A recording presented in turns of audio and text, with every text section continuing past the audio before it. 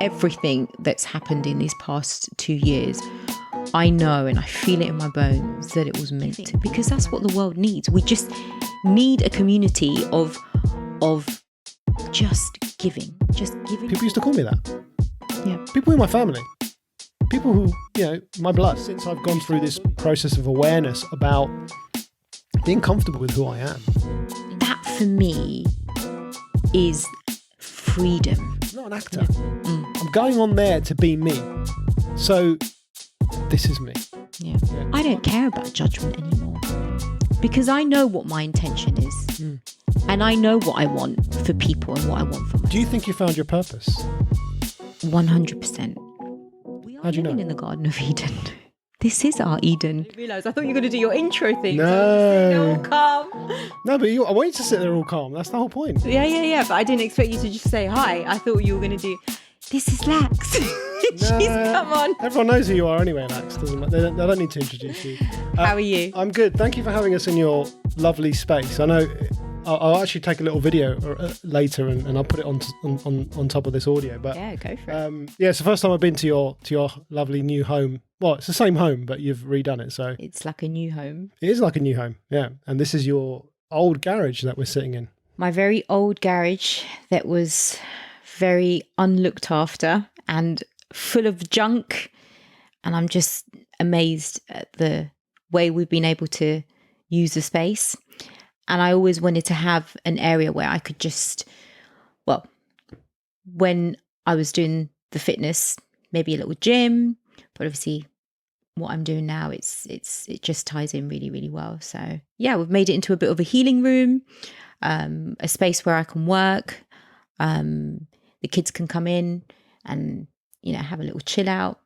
Yeah, I'm happy with how it's turned out. Yeah, we're going to talk about that and why you decided to create this space in a bit. But this is the first time I'm doing a live face-to-face podcast with someone that isn't my wife. So, and if I was going to, so privileged. Well, to be honest, if I was going to pick one person in the whole world to do a face-to-face podcast with, I think it should be the person that I've known the longest in my entire life. Obviously. Right? So this could be a long one. It will be a long one. Having said that, it could be a very short one. So, but yeah, so thank you and again for having me here. And yeah, this is exciting doing this in person. So there's lots to talk about. So lots. If you don't know Lax, then I would suggest this is your second appearance on my podcast. It is. So we did a remote recording during COVID. So I would recommend you go and listen back to that. I'll put the link in the description. And we talked for 3 hours on that one. Mm-hmm. We talked about your journey, your cancer, and everything that was happening at the time. So let's just start by maybe picking up where we left that conversation. How are you in terms of the cancer and everything? I am good. I feel amazing. I can't quite believe that it's almost been 2 years since I got diagnosed. So for those of you who don't know, I was diagnosed with breast cancer in 2019 in December. Don't know if I just said that.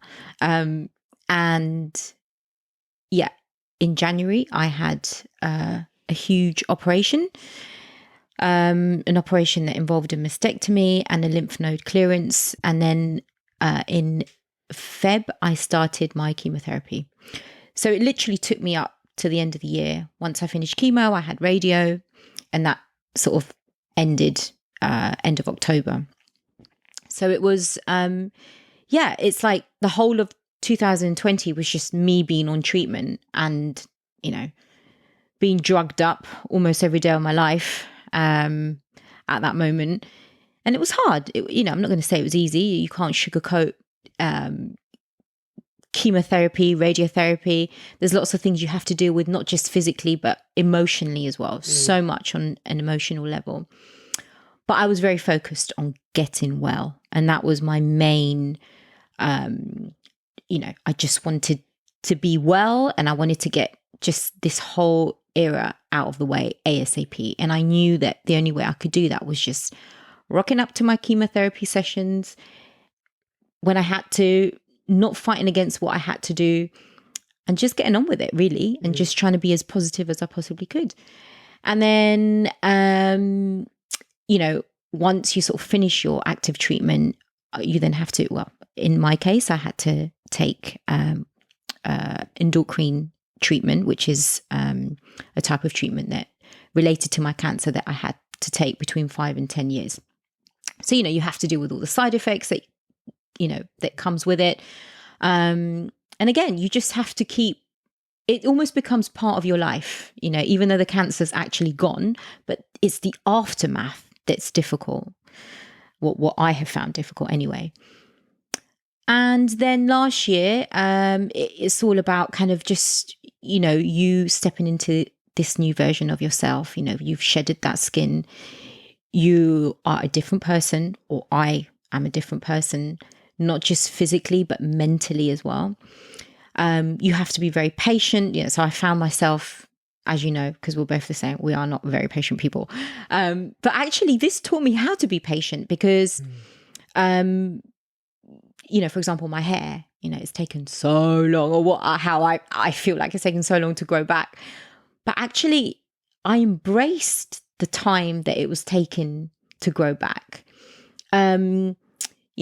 People knew me for the long hair that I had, but I almost didn't feel identified with that part of myself anymore because I didn't have it for so long that every time it grew a bit, I was just grateful that my hair was growing back. So, last year was more of a process of dealing with the aftermath of having cancer and going through what I went through. But something that I forgot to say, in all of this journey, I decided to study. Which maybe, should we get back to that bit? No, let's talk about it. It just feels like so much has happened in 2 years that I don't even know where time has gone. But I guess that's a good thing because I haven't felt like it's dragged on. And the studying came about from the place I was when I first got diagnosed. Because when you get diagnosed with cancer, you have a million things thrown at you and literally 2 days to make decisions. Life, things that are going to be so detrimental to your healing, to your life, that you just don't know whether you're coming or going. And then you have all these opinions, you have your oncologist saying something, you have your breast surgeon saying something else. It's really, really hard to know exactly where you need to be at that time. So obviously, in my case, I had like a week or so where I was quite still and trying to digest everything that was going on.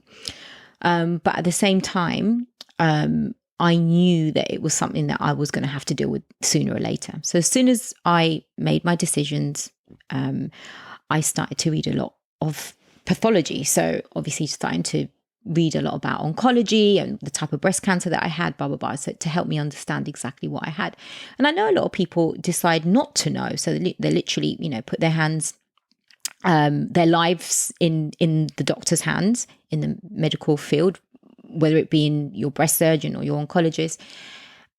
And they sort of just sit in denial, which I understand because it's almost like the less I know, the better.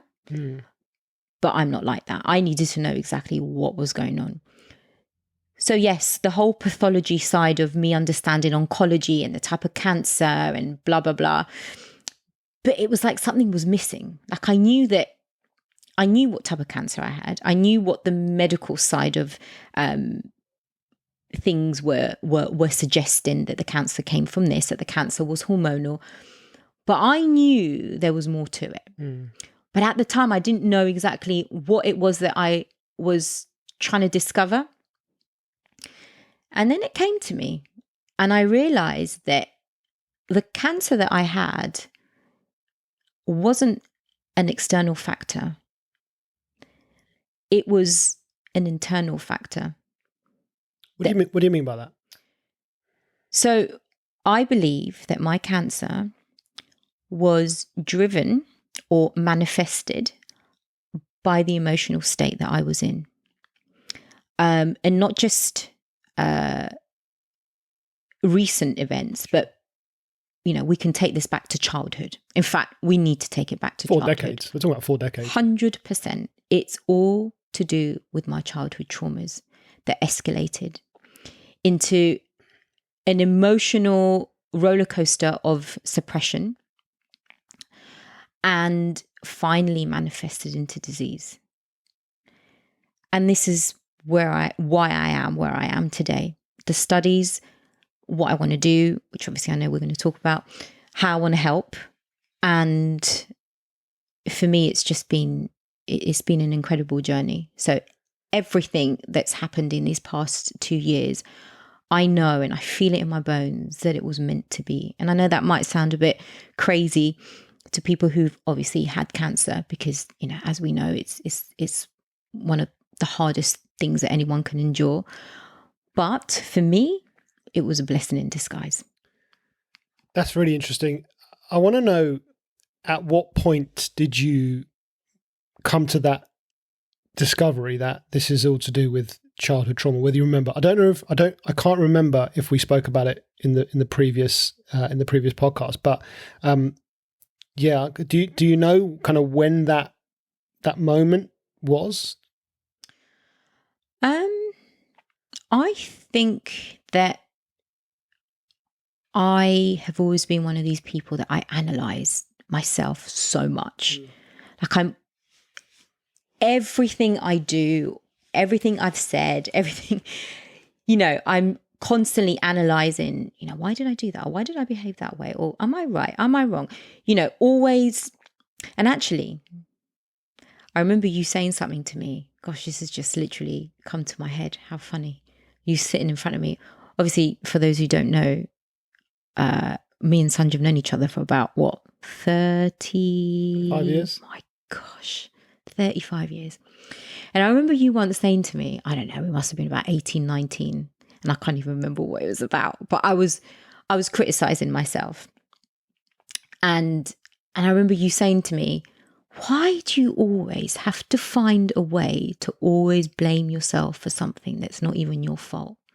And I'll never forget that, because that was a moment that I realized that, why do I do that? Why am I so self-critical? Anyway, going off tangent. Takes one to know one. True. So, but it's funny how sometimes you are, like your best mate's like your voice of reason. Like, you know it, you know what you're doing, but you need that person in your life to just tell you how you're behaving, because you don't see it yourself. You don't recognize it yourself. Yeah, absolutely. And the reason I asked you when did you figure that out, and you may not have an answer for that, but it's because I don't know the moment you found out, but when I spoke to you about it the first time, my opinion was that you didn't seem surprised that you had cancer. Now, I'm not saying that you were expecting it or you were thinking about it in the last 20, 30 years, but when I spoke to you about it, you were very calm, you were very collected, almost like, okay, this is what it is, this is how I'm going to deal with it. This is what you were, which I'm sure it was. I'm sure there was chaos at some stage, but and because you say, you feel like it's childhood trauma, it's been building up all this time. I kind of feel like there was almost this, okay, so this is what's going to happen to me as a result of all the hurt and all the anguish and all that trauma that I've gone through in my life. I did know exactly when I figured out that I had cancer. I actually predicted that this would happen to me. Now, I know it might sound a bit woo-woo, but I need to talk about the woo-woo in my life because it's really important. So prior to my diagnosis, I would say about 4 years ago, I sat down in front of my husband and I said to him, I'm going to get cancer when I'm 40. And he said, why would you say something like that? And I said, I just have a feeling that I'm going to get cancer when I'm 40. And he just went, oh, shush, please, stop the talk. And that's where I would have said you're being negative again and blaming yourself for something that maybe, isn't happening, but maybe there was something in that. So after I mean, don't get me wrong. It wasn't like I was obsessed that was going to happen, Sure. but I just felt something like I was just one of these people that I was just going to have a short life. That's the feeling I had. But as the years went on, I mean, I would say that for the past 8 years of my life, not including the 2 that I've just been through now, but I would say prior to the 2 years that, before I was diagnosed with cancer, I would say for about 6 years, I was in a really bad place in my life, a terrible, terrible, dark hole. And I just could not figure out why.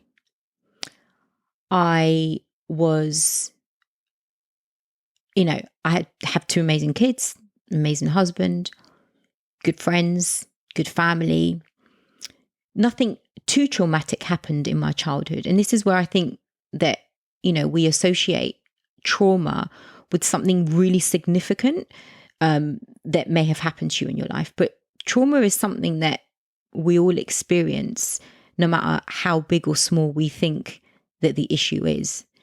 So, you don't have to be a victim of abuse, of physical abuse, necessarily to call that, that is a bigger trauma than someone who has gone through maybe a wound of abandonment, or of a wound of rejection, if they have felt rejected. And that has got to do a lot with how the child at the time has actually memorized that moment.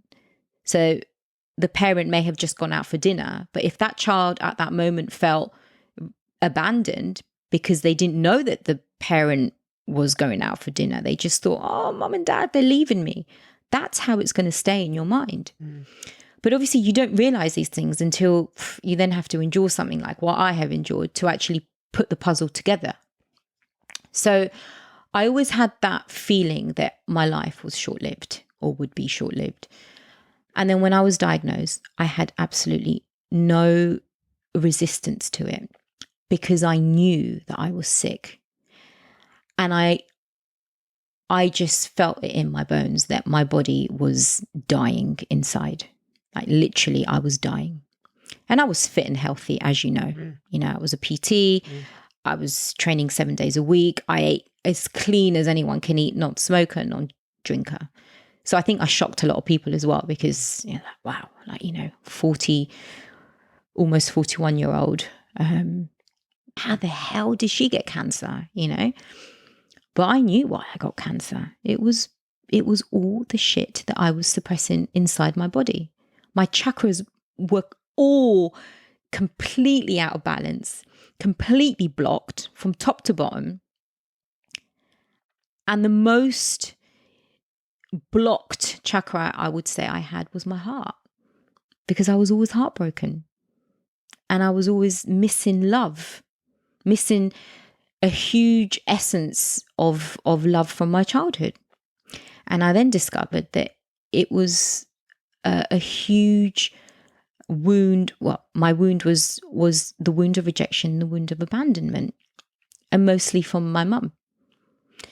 And don't get me wrong, I'm not pointing fingers. I'm really past that stage now of pointing fingers and blaming. It's not about blame. It's about recognition and awareness. Understanding, awareness. We all have traumas, all of us.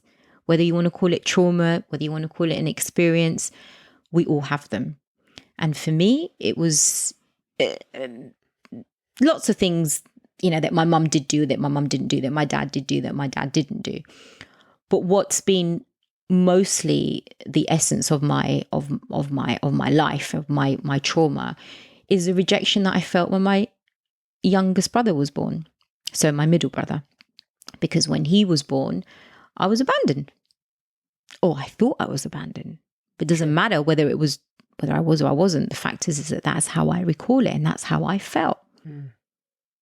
Yeah, I think that's important, isn't it? It's not saying that you were abandoned and left and no one loved you or no one cared for you. It's the way that the child perceives what's happening in the moment, right? Yeah. And when that behavior repeats itself, and there's no understanding or explanation, and it's almost like, oh, this is just the way life is. Is this the way life is? This is terrible. I don't want to live my life like this. And that manifests itself. And of course, then years later, this is how it can impact us. So I think, yeah, it's important to say that. And also, as you quite rightly said, it's not about finger pointing. I think it's about awareness. I'm kind of going through this in my own way, as you know, with my childhood and my parents and my upbringing. And, I've recently started to talk to them about it and engage with it. And it's not about me. I had a conversation with my dad the other day, and you know what the relationship between me and my dad is like. But I was very clear to say to him, listen, this is not an attack. This is not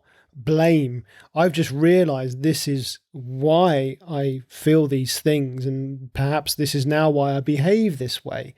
But now that I'm aware of it, I'm trying to do something about it. And at the time, you were doing the best that you could. You didn't have this extra awareness or this extra knowledge, and you were being the best parent that you could in the way that you knew being a parent was, which was working hard, making sure we had food on our table. We moved home. We moved from one side of London to the other for my education, right? You told us that we moved because the schools were better where we were going to be. And I believe you. That's why you did it. So you did everything in your power. So all these things that we're saying now, it's not about you abandoned us and you did it on purpose. It's just, hey, you didn't have the understanding. And now, as so the way I think about it now in this generation, you and I, we have all this awareness, all this understanding, all of the information in the world, and we're parents. So now it's up to us to apply that. And I think if we have the awareness of living a healthy lifestyle and looking after ourselves and mental health and all of this stuff, but we don't apply it to our own children, to me that's a little bit criminal. Well, this is really interesting, because this is where you hit the nail on the head. Our generation, we are the ones breaking the cycle, and this is where we can talk about epigenetics, because we are changing the genetics. It's all about lineage. So you're saying about your dad and how you were how you found that empathy to understand what he went through as a child. And I've done the same with my mum. I've said to her, look, Mum, it's not your fault. It's just the way things were. Yeah. And it's, we take it back into lineage, and, we have to look at how our grandparents did and their parents, and it's all to do with lineage. So you keep passing these things on. And these are genetics. This is your DNA. Mm-hmm. You are passing on your DNA. But you can change it. And this is where science fascinates me. But yet this type of science isn't spoken about as much as it should. Because if people understood what we're talking about now, that we can change things, that we can change our genetics. So for example, I've just recovered from breast cancer. So am I going to fear that my daughter will get it? Because genetically, maternally, there is more risk than paternal. If, like, for example, if it's from, as we all know, from the mother's side, there is more risk that you will maybe get whatever disease your parent has had. But my belief is that A, I'm not going to worry about it, and B, the way I have raised my children is completely the polar opposite to how I was raised. Why? Because I've always had that awareness. And I guess my insecurity and what we were talking about before, about how I have always been that self-critic of, am I doing things right? Am I saying this right? Am I, in anything that I was doing in my life? I guess that's, again, been a blessing in disguise, because it's got me to this point where I can now see what I have to do to change the epigenetics. Yeah. And I think that's this epigenetics. We've spoken about it before. I think we even mentioned it in the last podcast. Maybe. But I think it is a fascinating area that you can influence, the future generation effectively. Mm-hmm. And, this is fascinating. And I think the genetic kind of whole area when it comes to disease is something that, again, as you said, I think it needs to be spoken about more. I don't know whether there's not enough data or to sort of put it out there in that. I don't know. I haven't really looked into it in that much detail. However, from a disease perspective, I as you know, I coach pre-diabetic patients and help them to reverse or to not get diabetes. And a lot of people do come to those sessions and say, oh, but it's just genetic. And we know, this has been said so many times. Genes just load the gun. The environment and our behavior pulls the trigger. So yes, love that. My dad's got diabetes. So is mine. So's your dad, right? My dad's got heart disease, right? So is mine. Right. Does that guarantee I'm gonna get that? No, it just means that, Sanjay, you got to be more careful, right? If I eat too many mince pies this Christmas, or too many samosas at Diwali, whatever, right? I might be in trouble, right? It just means I've got to be more careful. It doesn't mean that it's a guarantee. Now, look, I appreciate, and I'm not qualified to talk about this, but there are conditions where, listen, tough. It's genetic, you're going to get it, right? I can't point to any now, but I know there are from speaking to doctor friends. But there are certain things which you can influence. And I think that, and how do you influence them? Well, exactly as you said, you've already started that process by raising your children in a different way.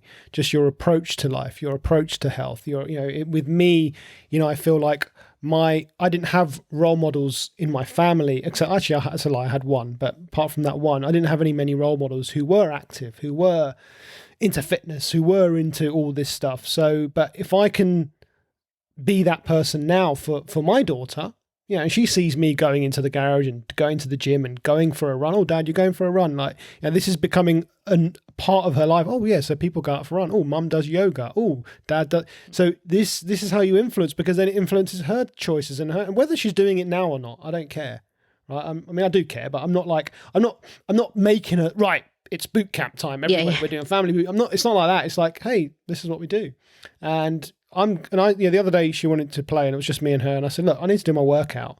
You can come with me in the garage, just hang out. Right? And she was like, okay. And I was doing my workout and she was just playing. But the fact that she's in the garage whilst I'm doing the workout, that's going in here. Oh yeah, 100%. That's gonna of course get into her, and she's gonna have this ruminating around her head. And as she grows up, and whether she does anything with it, it doesn't matter, because sometimes when we may see our parents doing things. And then when we grow up, we're just like, oh, I don't want to do that because that's what my parents did, right? I get that. Yeah. I think of myself and I think of the things that my parents did. And now, as an adult, I have an aversion to them because I maybe associate, I don't want to be like them. Maybe there's a little bit of that. And I'm kind of talking about things that are pushed onto you, you definitely move away from them. So I think of, religion and culture and all that. It was kind of pushed on you without explanation, and it's like, this is just the way it is. This is the way it is, and my mind being very much like yours, I was like, surely not. Come on, not everyone's doing what you're doing, and as a young person, it's not like I'm saying you're lying, but I'm just thinking there's got to be another side to the coin, but that was the side to the coin that wasn't explained, right? So it's almost like going into a court case and having one side of the party there arguing their point. Well, you need to hear the other side to make a valid judgment. I don't know why I went down that tangent, but that's the thing with us. We always go off tangents. Yeah, so many things to talk about. Yeah. So the point was just, parents, epigenetic. Yes, so the influence. So you've done that in that way with your kids to try and influence that, and I think that is powerful. I think a lot of the way. The society we're living in now, the world is, we are always looking for a diagnosis. Everything has to be pathological, right? And this is where we're missing the true essence of why we get sick. You go onto Instagram and I guarantee you will find every breast cancer campaign or anybody talking about breast cancer, they're going to be showing the boobies, how the lumps are formed, what to look out for. And look, don't get me wrong, I think that's fab. Of course, we need to know how to check. Many women don't check. There are hundreds and hundreds of campaigns teaching women how to check, what to look out for. but it's all on a pathological level. Okay. But who's talking about how we are feeling inside? Who's talking about mental health? Like how our mental health can eventually manifest into disease. You sort of got to think of it as your body being like two levels. Like say, I don't know, let's say a 2-tier cake. Okay. Now the first tier is what absorbs all the emotions. And eventually, when there's an overload of emotions that you are pushing down into your physical body, which is your lower tier, when it seeps through, it's like a leakage, okay? And that is your physical body. So your luminous body, which is the top part, your top layer of your cake. I'm not very good at analogies like you are, Sanj, but anyway, I think we all get the gist. Good job. I'm enjoying this one. About the cake, right? Yeah. You're enjoying it because you're probably secretly laughing at me saying you got to do better next time. It's going to seep. And then your physical body, which is your first layer, that's when it's going to manifest into disease. And that's all to do with your internal suppressed emotion. Whatever you're going through in your life, whatever mental blockages you have, that is absorbing into your body. We are pushing those emotions into our energy system, which in yogis call them the chakras, right? So for example, with me, I always felt heaviness in my heart. You know how they say heartache, I'm heartbroken. It makes sense. It actually, there's a reason why we say things like that. We take it for granted because that's what everybody says. But actually, our heart chakra is where love is, or where love is supposed to be. And when that's blocked, disease will manifest, whether it be cancer. It doesn't always have to be cancer, and it's not all about cancer. It could be heart disease. It could be anything to do with that area, backache, chest, anything to do with your lungs. It's that area, which is connected to your heart chakra. Diabetes. I mean, diabetes. Yeah, absolutely. There's a big stress element there as absolutely. well. I mean, we've got people who are not overweight, who are, in my opinion, training like athletes. I've spoken to triathletes, swimmers, competitive swimmers, marathon runners. They're not overweight. They're eating a pretty good diet. They're not eating too much sugar. But what's not quite right in their lives? You start talking about stress. You start talking about sleep. You start talking about past traumas, and you see their face change. It's like, okay, I didn't realize. And yeah, so I think what you're saying there is there's a lot of science behind that. And I think, just to go back to your point about who's talking about the mental health, I do think the landscape's improving. Now, maybe I'm looking at that through a tinted lens because I'm in this space, right? So wellness podcasts talking about it. I've had psychiatrists on my podcast. So because I'm immersed in this space, I see, you are attracted to what your environment is, right? So perhaps I'm seeing it from that perspective, but I do think it's changing. But I agree, we can always do more. Sanjay, I think it is changing. And of course I agree, there is a lot more mental health awareness, but I still think we're missing something. Sure. And that's the link. We're still not making that connection that mental health will affect your physical health. There seems to still be this this like thought of this identity that your mind and your body are two separate entities, and they're not. It's the same. Yeah. I mean, when it works both ways. Like if you whatever, your thoughts will always affect your physical body, and the state, what we were talking about before. If we want to get scientific, if I'm going to talk about the chakras, our 7 chakras, people may think, well, hang on a minute, where's the science behind that? Okay, it's not the science that we're used to listening to. Okay, what's in the books, what we learn at school, protocol, okay? But it is science, because scarcity comes from your fight or flight system, which humans don't have the capability to actually reset. Animals do, but humans don't, okay? So when we live in, we are, the world is full of stress, full of scarcity. We talk about, the biggest disease, killing, the diseases that are killing us the most are all stress related. Okay, so let's break it down scientifically. What is stress? Stress is fight or flight system being out of sync. What is fight or flight? It's scarcity due to too much cortisol and too much adrenaline. Okay, that's hormonal. Okay, they are the two baddies if we want to talk about hormones. Okay, if you're overloaded with that, how are you not going to get sick? Of course you're going to get sick, because we have no way of controlling that unless you're a yogi who practices meditation and breathing exercises. So until we come to terms with that, all this holistic, spiritual, talking about chakras, there are so many. What I'm trying to say is that there is a lot of science behind these things, but they're not spoken about enough. Have you heard about the book Why Woo Woo Works by Dr. David Hamilton? No, I've never heard of it. So you should definitely pick that one up, because I've been listening to it. I've got the audiobook, and someone kindly gifted me the hard copy.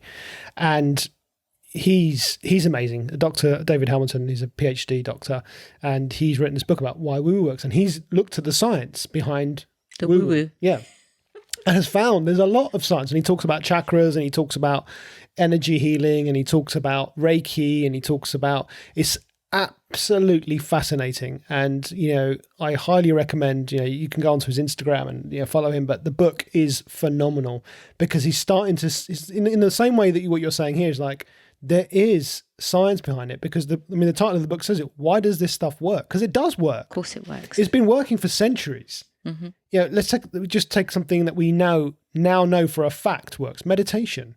Yeah. And I say this all the time. People have been meditating for centuries. They've been doing it for thousands of years, if not more than centuries, right? So, and essentially, what is meditation bringing? It's bringing the balance that you need in your fight or flight. It's bringing, you are balancing out your fight or flight system. Well, he talks about hormones, and we've Absolutely, seen this in the measurement. exactly. When someone has meditated and someone has practiced meditation, we see a lowering of adrenaline, we see a lowering of cortisol, we see an increase in feel-good hormones, oxytocin and endorphins, and not just all hormones, molecules, dopamine, all of these things, right? So, the woo-woo, I think, is becoming more fascinating, because I think, like you said, the pathological and the traditional science are almost running out of answers for things. They are running out of answers. Things to do. And then when you look to these alternative therapies and think, okay, well, what about Ayurveda? What about Chinese medicine? What about all these things? Because they've worked for a while. So let's look into that. And I think this is where I feel like we're going to, and Dr. David Hamilton talks about this in the book, in that he sees a model of healthcare at some point in the future. And this is kind of the vision and the dream vision. And I think it's fantastic, where have a doctor. There are certain things. You have a heart attack, you want a doctor. Right? You have a stroke, you want a doctor. Well, you have the level of cancer that I had at the time when I was diagnosed, and I needed a doctor, and I needed chemotherapy, and I needed radiotherapy. 100%. But he's saying that there are going to be some things where you can say, okay, well, look, go and see the Reiki healer, and there'll be it'll be integrative medicine, where there'll be a facility where there's a Reiki healer, there's a spiritual person, there's someone to do the things that you're doing, which we'll talk about now. But so I think this model of the woo woo, there's got to be a better word for it. Woo woo. I mean, it's a good word, but I think we should stick to woo woo, because that is exactly what people would think when they're listening to us, and they're thinking, what is she going on about? Yeah, I get it. And I sometimes when I'm talking about my work, and I could just see in certain people's eyes, like they're thinking, what are you on? Shush. Like, what are you going on about? And straight away I just know, we're not speaking the same language. So what is it? So let's talk about that. Well, I mean, you went through the cancer, you went through the operations, you went through a period of healing. How did that lead you to what we're about to talk about, what you're doing now? As I say, I've always innately had, I've always been quite intuitive with, I guess, reading people on a symbolic level. So, I've always, you used to say to me, oh, you're quite good at knowing what I'm thinking, you know, and I've always kind of just thought that's something that, well, some people are better at understanding people than others, right? And, that may be just my thing. But I realized over the years and before, this is way before I was diagnosed, that especially in the line of work, right, that I was doing, I would train people and I'd build these amazing relationships with them. Some of them even, I would say, became like my family. Essentially, these are people that I was seeing day in, day out, sometimes more so than my own family, right?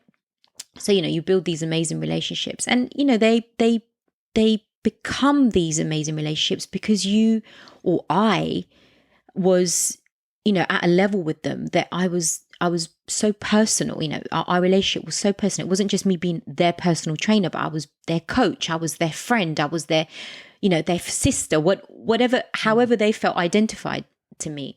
So, as I say, I've always had that ability to communicate with people on a real soulful level. But it wasn't until the fact that, as I mentioned before, when I predicted that I had this feeling that I was going to endure cancer at the age that I did, when I have to quickly say this because it's quite important, when I turned 40 and it was my birthday and I didn't have cancer, I was like, I was wrong. Let's shove the woo-woo stuff. I'm not a psychic and I'm not, I don't have that innate ability. But it was kind of a sign. It was almost like I wanted to prove myself wrong, that I didn't have this ability to read people symbolically. You didn't want to be right. I didn't want to be right. So 3 days later, after my birthday, was the day that I found the lump. And it was, a week later, it was when I was diagnosed. So I kind of had to step back and think, actually, I was right in everything. And there were many other factors that I had said that I remember that Satch and I would talk about. And he was actually reminding me, oh my God, Lax, do you remember when you said this? And do you remember when you said that? And I'd actually forgotten. And he said, everything you said that would happen, happened. So at that point, I started to embrace that I did have an innate ability to more so to read myself, like to feel what was happening in my body, but also with other people. And this is where I embarked my journey with spirituality. I've always been very spiritual, but this was more in depth because I knew that I couldn't just sit there for another lifetime pass by me without actually using this gift. You don't get gifted something to sit with it.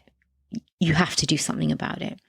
And so that's why today I am of service to whoever needs my help. And I embarked on a very, very intense journey of reading many, many books. I think in total around 52 books. And that included anthropology, Greek mythology, mysticism, hundreds and different podcasts that I'd read. I came across an incredible author called Caroline Myss, which I've mentioned to you before. Alberto Villoldo, who's a medical anthropologist. Many, many, many psychology books, Carl Jung.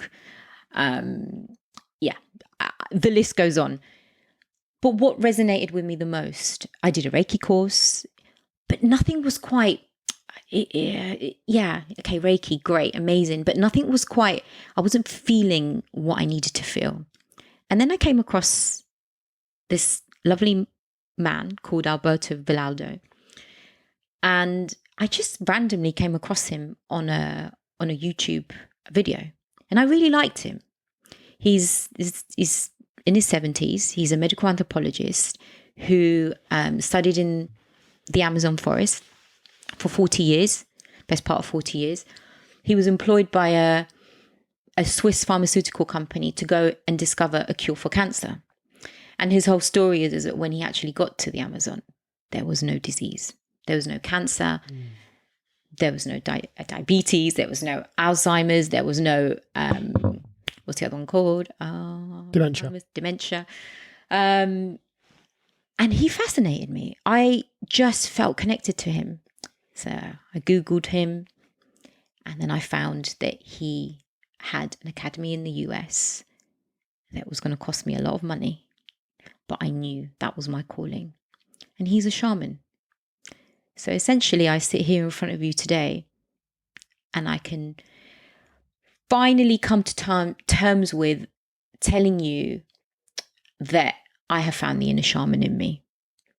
And that's what I'm practicing. What, just for those that maybe not familiar with the term, what is a shaman? So the shamans are from the indigenous beliefs in the Amazon. It comes from Peru. Mm-hmm. Okay, so the shamans of South America. There are many different tribes, but the original shamans of Peru, they are from the Inca. A bit of history. Back in the day when the Inquisitor came to take over America, Peru was the only country that actually preserved and didn't invade Peru. So that's why, if anyone's been to the Machu Picchu, yeah, Machu Picchu, it was conserved. And of course, the indigenous beliefs were sacred. So the West doesn't know enough about these indigenous cultures because they've been protected for a reason. Okay. However, it is becoming quite fashionable now, which pains me to say or use that word fashionable, because, in this world, the minute the West, us, we get our heads around something becomes, a novelty, we're all in, like literally like hawks, and we miss the essence of actually what these things mean, right? Or we change it. Or change it, absolutely. Just look at yoga. Now, look what's happened to yoga. Exactly. I mean yoga, as a yogi would tell you, there is only one type of yoga. There is no such thing as Ashtanga yoga and vinyasa. I mean, yes, there are modalities, there are different modalities of yoga, but essentially yoga is yoga, and there's only one type of yoga. So it's the same with shamanism. Okay, so people say, are you a shaman or are you a showman? Okay, I've heard that so many times. So now what's become fashionable is doing ayahuasca. So ayahuasca is a vine that's found in the Amazon. Okay, they call it the grandmother medicine. And you mix ayahuasca with DMT, and obviously it has to be facilitated by a proper shaman, or they call them ayahuasquero, that, they actually know how to facilitate these spaces for you. And they put you into an altered state of consciousness.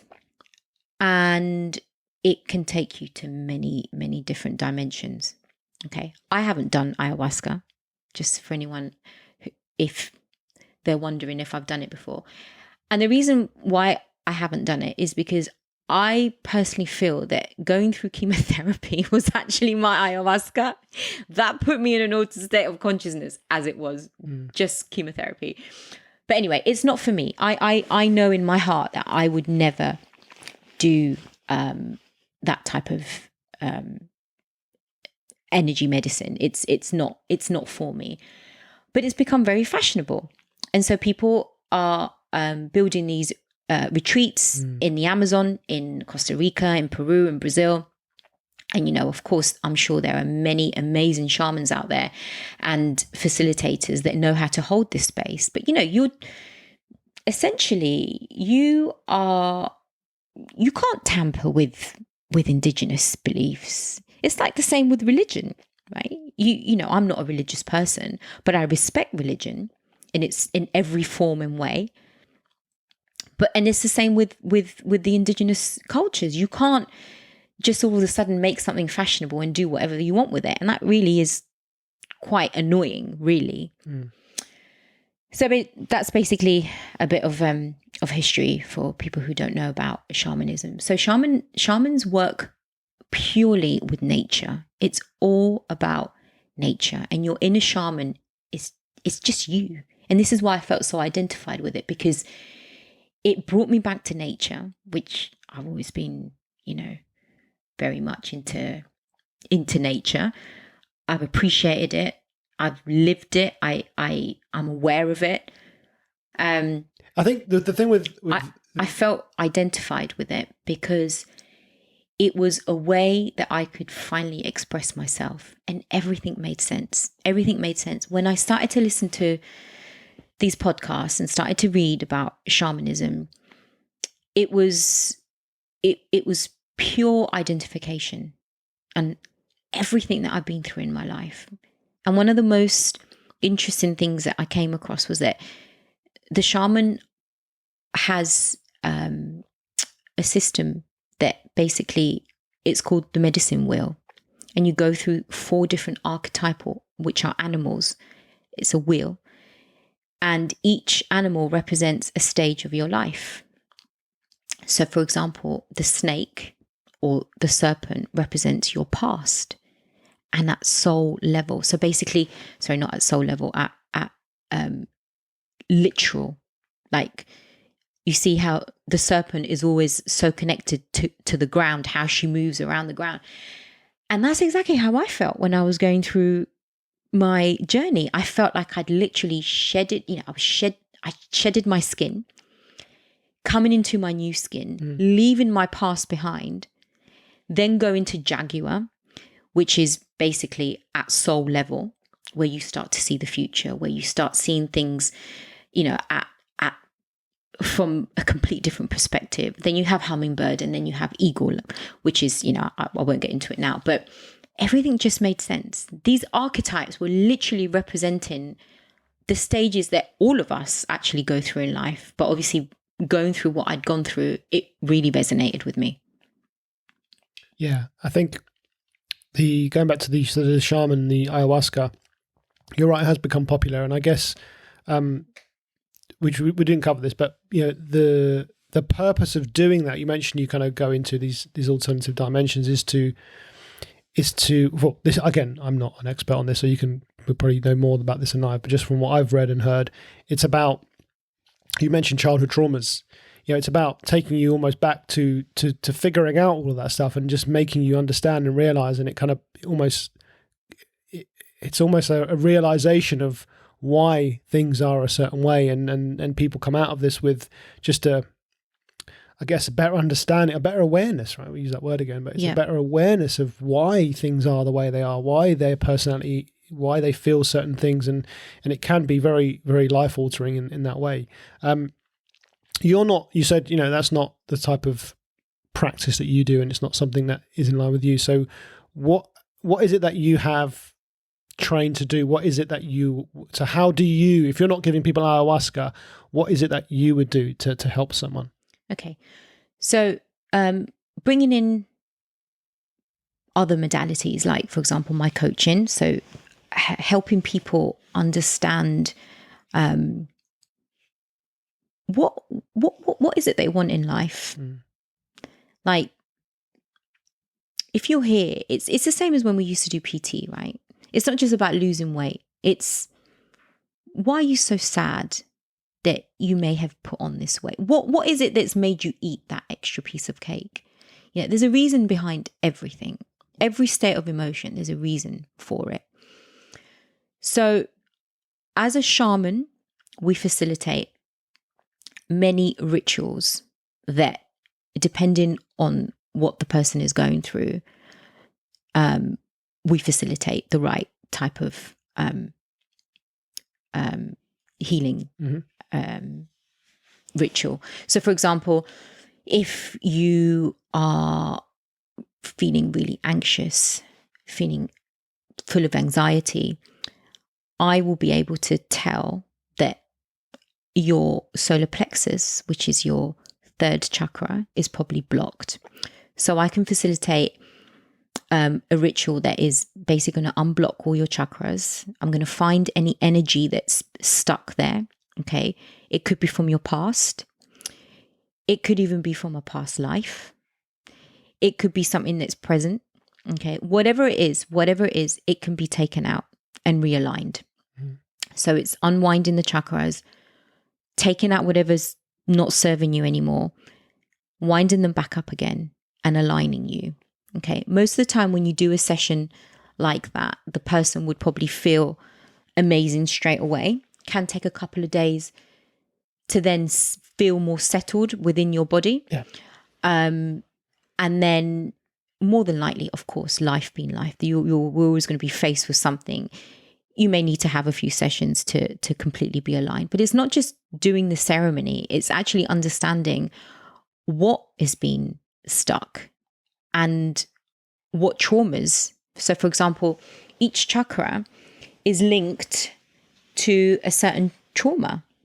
So, for example, as I explained before, the heart is all to do with love. So if you're someone who's been heartbroken in the past and, you've suffered children who suffer from asthma, and I say children because it could be something that's also linked to their environment. Okay. It's all connected to that heart chakra.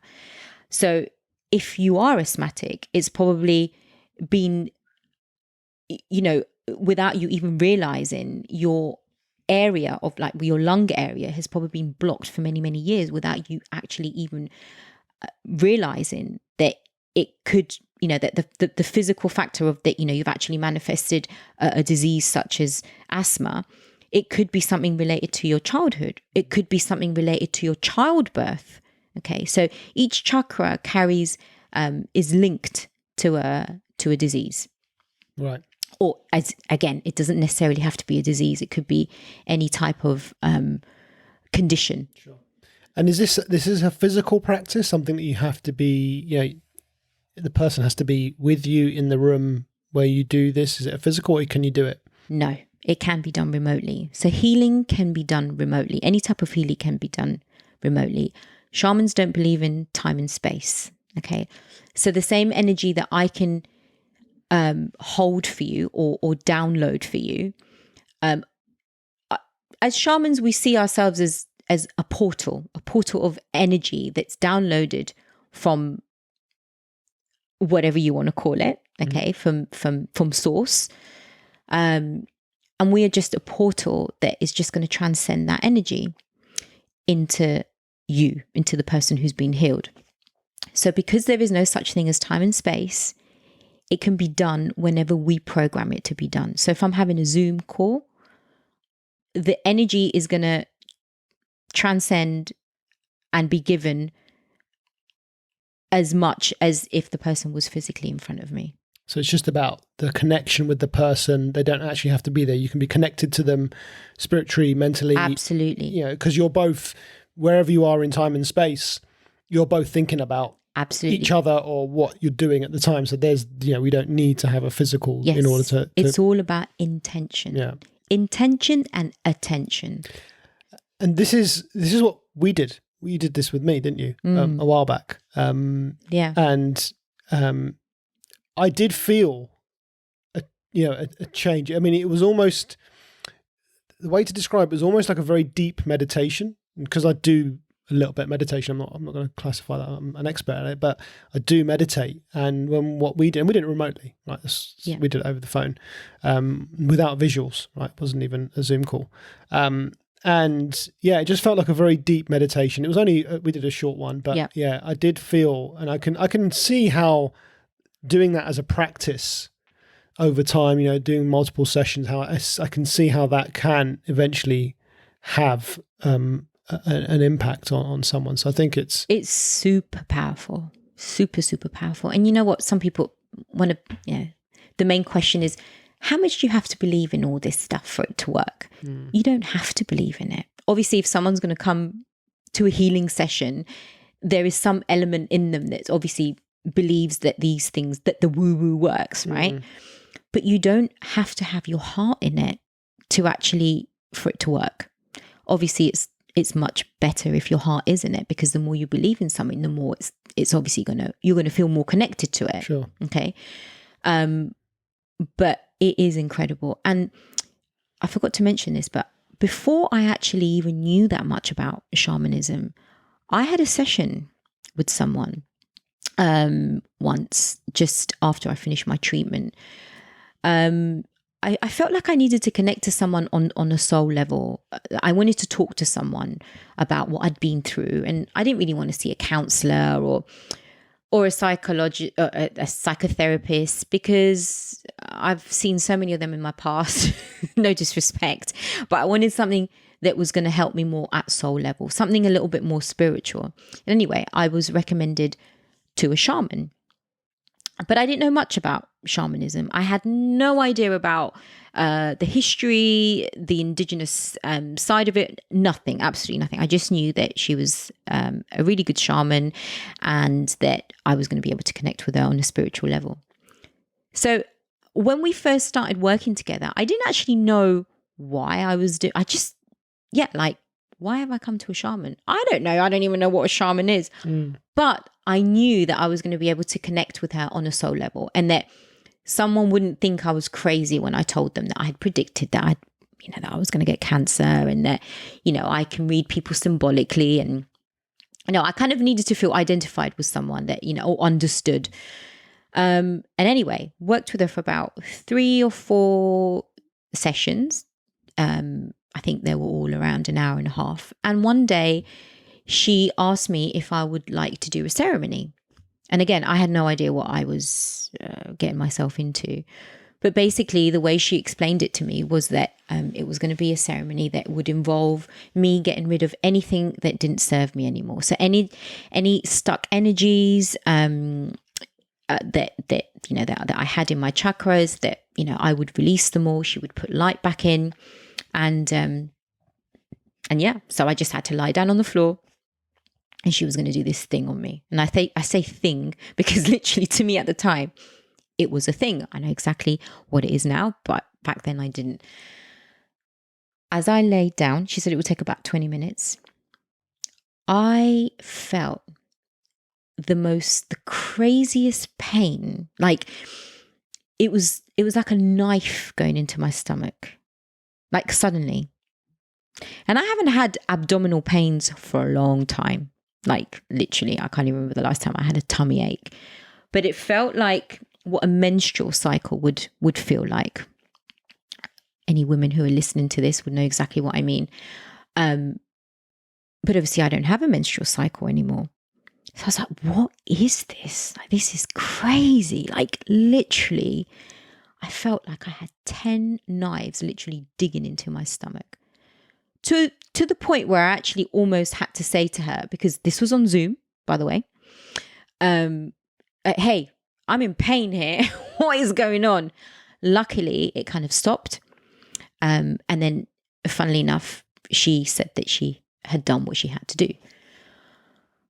So when I came back to the Zoom and I saw her, and I said, oh my God, like that was crazy. Anyway, I won't get too much into it, but everything she said and everything I felt was completely linked. And I was just fascinated by it, absolutely fascinated. So it works. And I know it works because I did it when I had no idea what I was doing or what I was getting myself into. And that practice is actually called an illumination, now that I know. So an illumination involves basically unwinding the chakras, taking any type of energy that's stuck there.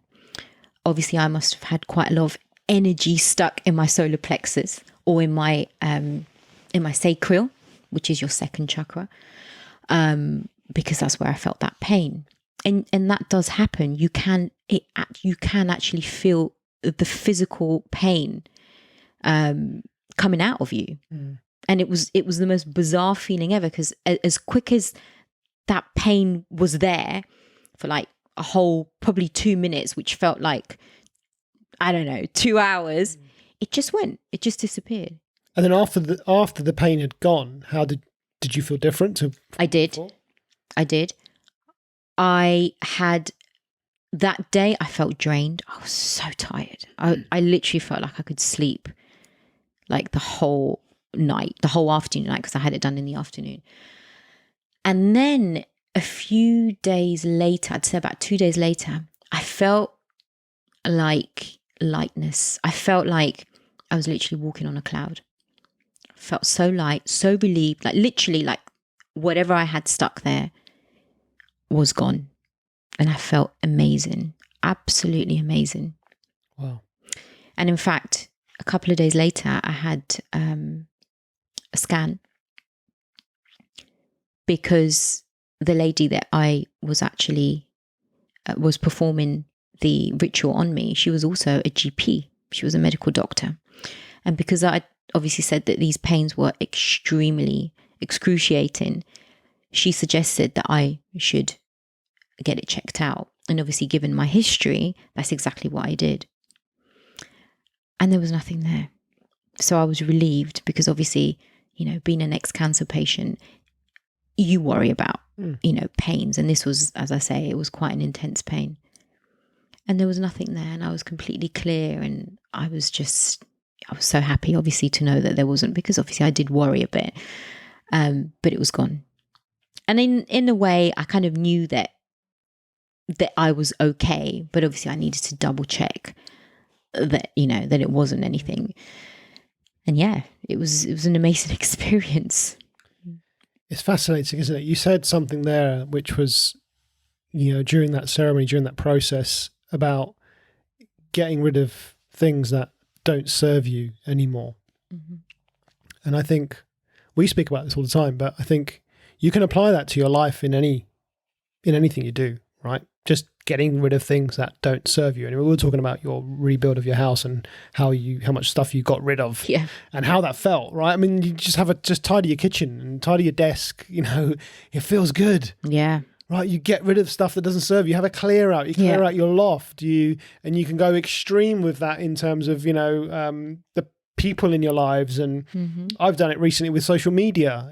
We can talk about social media, but just getting rid of and stop following accounts that just are not bringing me anything except just clutter or noise. And it just does feel good. So I can imagine if you take that same principle and you put it to the spiritual level and everything else that comes with that, there's definitely going to be a shift in something, right? And again, I don't know what that's. I'm not talking scientifically here, but I get what you're trying to say, and I understand the concepts of these things. And I think for me, that's how I associate with that. I say, oh yeah, that makes sense, because absolutely. And this is why, I felt like, shamanism was the one modality that helped me find myself and realize how much toxicity I was surrounded by. So let's come away from the lineage and the childhood trauma, but also in the present moment, how much toxicity I was surrounded by, including people. Actually, a lot of people in my life. I'm talking about family members, people that I love very much, but I realized that were very toxic in my life.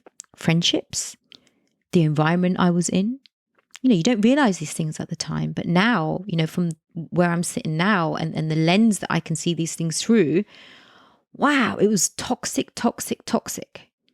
And, we live in such a toxic world because everything is driven by our alter egos.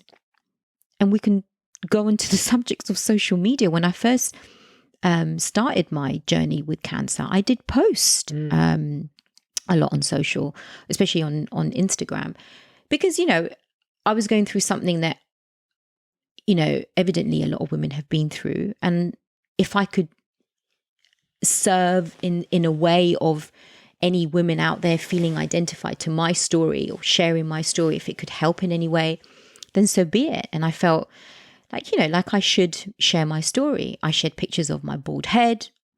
I shared pictures of my journey. I shared my stories. And then I would say around 6 months ago, I just came off. I just had to have a break. And I felt a feeling of a bit of guilt, because I felt I did connect with many people, and many people did reach out to me to share more and to give more, to share my story. Some people on a more personal level, they didn't want to kind of interact on social, but, on a personal level. And I was happy to share and to help as much as I could. But I realized that social it was driving me insane. Such a paradox on how useful it can be for certain things, but how toxic it can be. So I just came off cold turkey, like you and I are. We're all or nothing. And I was just like, I've had enough. So I came off. And so I've had to kind of, really think about, whether I want to go back on it. And we were saying this before, that I've decided that I am going to come back on because I want to reach out to people and I want people to know where I am if I need to be of service to them, because essentially that is what I'm here for. I'm here to help. I'm here to help, and I'm here to offer whoever needs guidance, whether it be anything to do with cancer, whether it be anything to do with being spiritual or being a shaman, whatever it is, my purpose is to help. And social is a great way to reach out to people. Agreed. Yeah. I think social media, it's a tool. Absolutely. Yeah. It's a tool. It's a useful tool at times. Every tool has its use. Yeah. But you can manipulate any tool and use it in the wrong way. Yes. Right. You can use a hammer to very good effect to hammer a nail. But you use that hammer in a different way, it's not going to be, might chop your finger off. Yeah. You can harm someone. It's not, you could end up in prison if you use a hammer the wrong way. Right. So social media is a little bit like that. It's a tool. If used right, it can be very, very powerful. And I think you've used it in the right way, in that you were saying earlier about how you read lots of books and listened to podcasts and followed accounts on YouTube, and you find the thing that you want to get from it, and it's amazing. And I talked about this on the podcast I did recently with Anisha, where that we can learn anything. Right? We can learn so much in today's day and age. I remember when I was a kid, when we were kids, you had to go to the library. Right, to get the Encyclopedia Britannica. Well, what's this thing? You can just Google it now, and as long as you got the right source, it's there. You want to learn how to set up a podcast, you can figure that stuff out, right? So I think it can be used in the right way.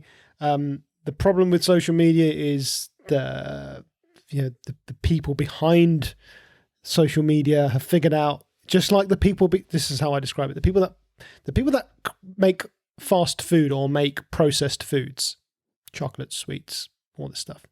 They have scientists who have figured out, how do we keep people buying more? Dopamine, right? We give people a dopamine hit and they want more. Yeah. So they create foods which create a dopamine hit. Now we get into this world of ultra processed foods, high fat, salt, sugar. We want more and more. It is not the person, right? And I keep trying to explain this to people, say, it's a craving. It's like, this is a result of you eating these foods, and your body is now, your microbiome, all of this stuff is just craving more of that stuff.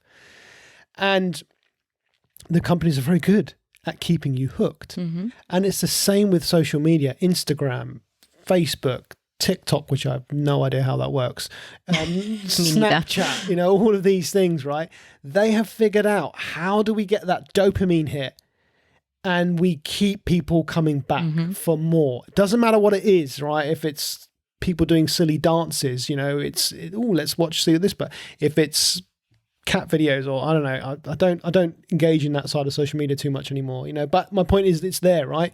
It's all about dopamine. It's all about getting you addicted and coming back for more. And when you get to that point with social media, and it's a fine line, right?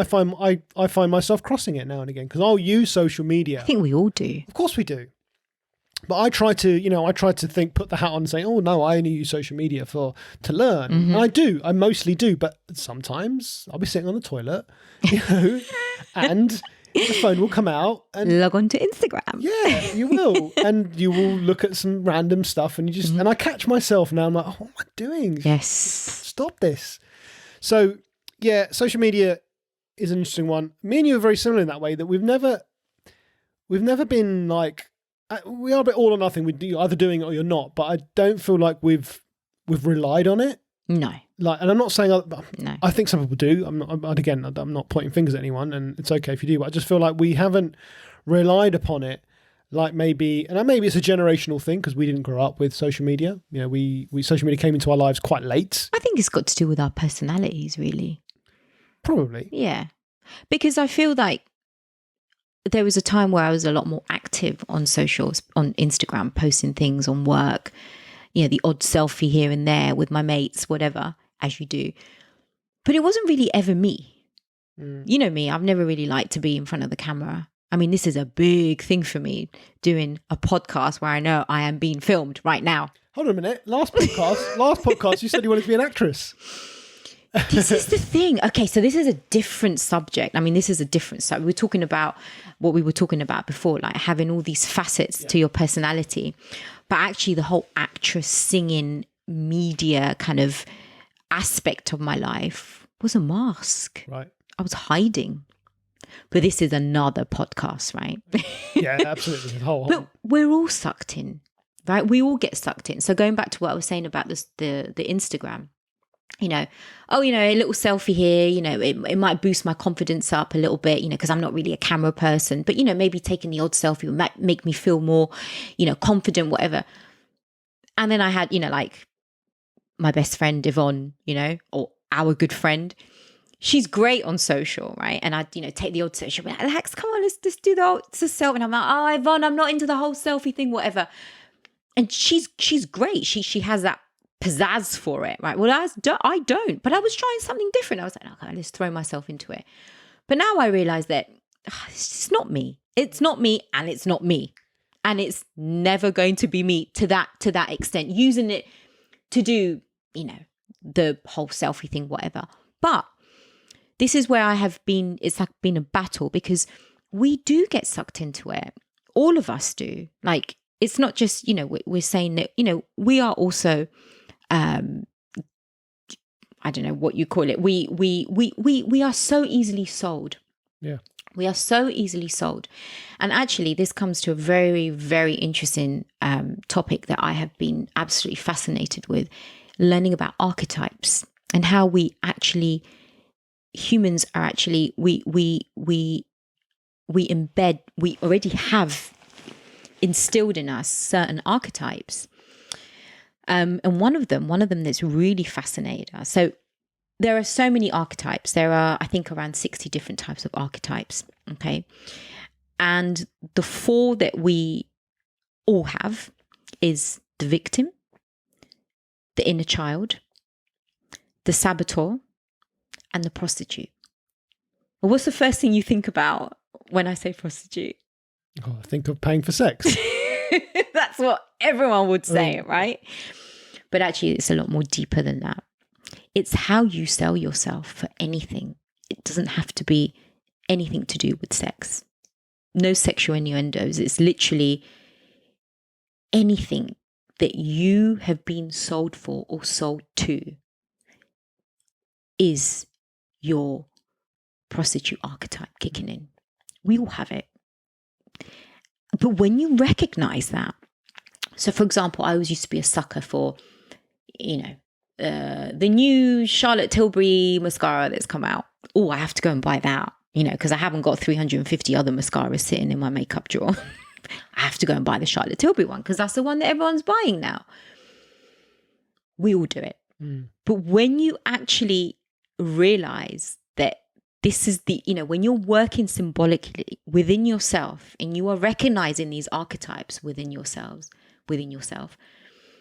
it's like that a whole different world opens up, because you are constantly in that, you know, you are recognizing why you're doing the things that you're doing. And it makes things so much more interesting, because you can stop yourself from being that prostitute, or you can stop yourself from being the inner child, or you learn from it the next time you find yourself in that archetype to not do it again.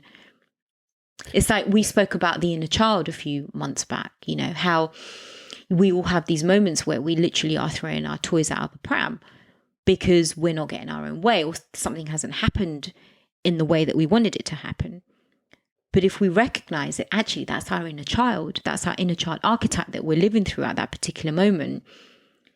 We can turn that around and use it in a different way. Yeah. Yeah, absolutely. I think just going back to what you said about, you know, the social media and, you know, with Yvonne, the self thing, it's not me, it's not, you know, I think we talked about this just before we started recording, didn't we? In that, I think a lot of people, that's not correct. Some people are on social media to portray almost what do people want to see. Right? It's like, what's going to get me the most likes, right? What do people want to see on social media? So let me pander to that. Let me be that version. And you know, and you're right, Yvonne, you're amazing at, you know, I'm looking at the camera right here. She's probably not even watching. She probably is. She's very good on social media, you know, and she's got her whole vibe going on, and I love it, and it's great. But not everyone's like that, right? And that might be a natural. She might be a natural at that, and they might. Hey, you know what? I might be wrong. Everyone who's on social media who does that thing, they might all be naturals to that, and we're just not. We're the anomaly, right? But I don't believe that's the case. I think there's very few people like that, and I think what people are perhaps not so comfortable in doing on social media is being their true, authentic self. 100%. And this is the battle that I've gone through with myself on social media. You know, when I was in Dubai, I wasn't on social media because, you know what? I had a real social network, right? I didn't need an online social network. I had a real social network. So I didn't come on it. And part of it was also because I didn't feel comfortable putting things on social media that people expected you to put. And when I say that, well, who's expecting you? Well, let's think about, just nail it down to what people do, right? I'm a personal trainer. I was a personal trainer. I'm a personal trainer. I still call myself that. You are as well. And if you were going to follow a personal trainer on Instagram, what would you expect to see? Well, you'd expect to see workouts. You'd expect to see six-pack abs. You'd expect to see transformation videos and photos, and you'd expect to see nutrition, you know, all of that. And look, I think there's a place for that. And I'm not saying that you shouldn't go to it, social media for that. And as long as you're following the right accounts, you can get some fantastic information. But that wasn't me. That's not what resonated with me. And it took me a long time to kind of go through the process and figure out what I want to do. And then it got to a point where I started this podcast, and I thought, well, when I'm talking to people, I'm my authentic self. This is me. I've done it my entire life. Again, we've just spoken about this, but you know, I think back to my first ever job. Okay, not my first ever job. First ever job was a paper round. But working with my dad in his shop, what did I have to do? I had to engage with people. I had to talk to people. That evolved to working on a market stall. When you're working on a market stall, you're selling. You have to talk to people. You have to convince them to buy things. You know, that moved into working on Tottenham Court Road, selling hi-fi and televisions. Well, you're selling again. So when you're selling, you have to engage. You have to build relationships. So my point is, you know, so you go through my recruitment, you're selling to the client, the candidates, personal trainer. You're just talking to people. You're just being, and I found that because that's what I've done my entire life. And yeah, in sales, I'm not going to lie, there's a bit of bullshit. Yeah, there's a little bit of fluff just to make the sale. But otherwise, I'm just trying to be myself and just show my personality. And then the podcast was what I'm going to put this on social media. And I'm not going to put on social media what people think they want. I think they want. And when I first started doing it, I did do that. I was like, oh, well, let me do things that I think people are going to want to listen to. And I just thought, you know what? Just do what you love. Because if you do what you love, then you're going to be authentic. You don't have to fake it. You don't have to pretend. You don't have to.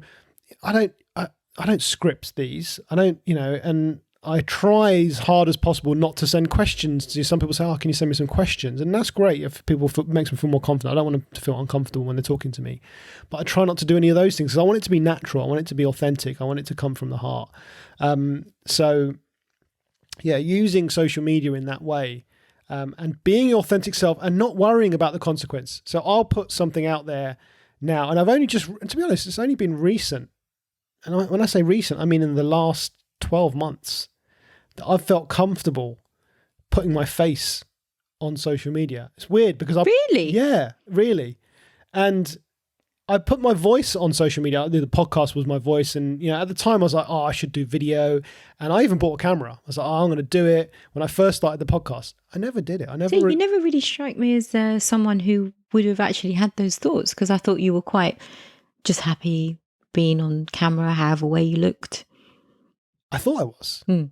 And then I realized that there was a blockage inside of me that was maybe worrying about what do other people think. Yeah. But I think this also goes back down to what we were talking about earlier in childhood. Mm-hmm. I was always conscious of what people thought about me.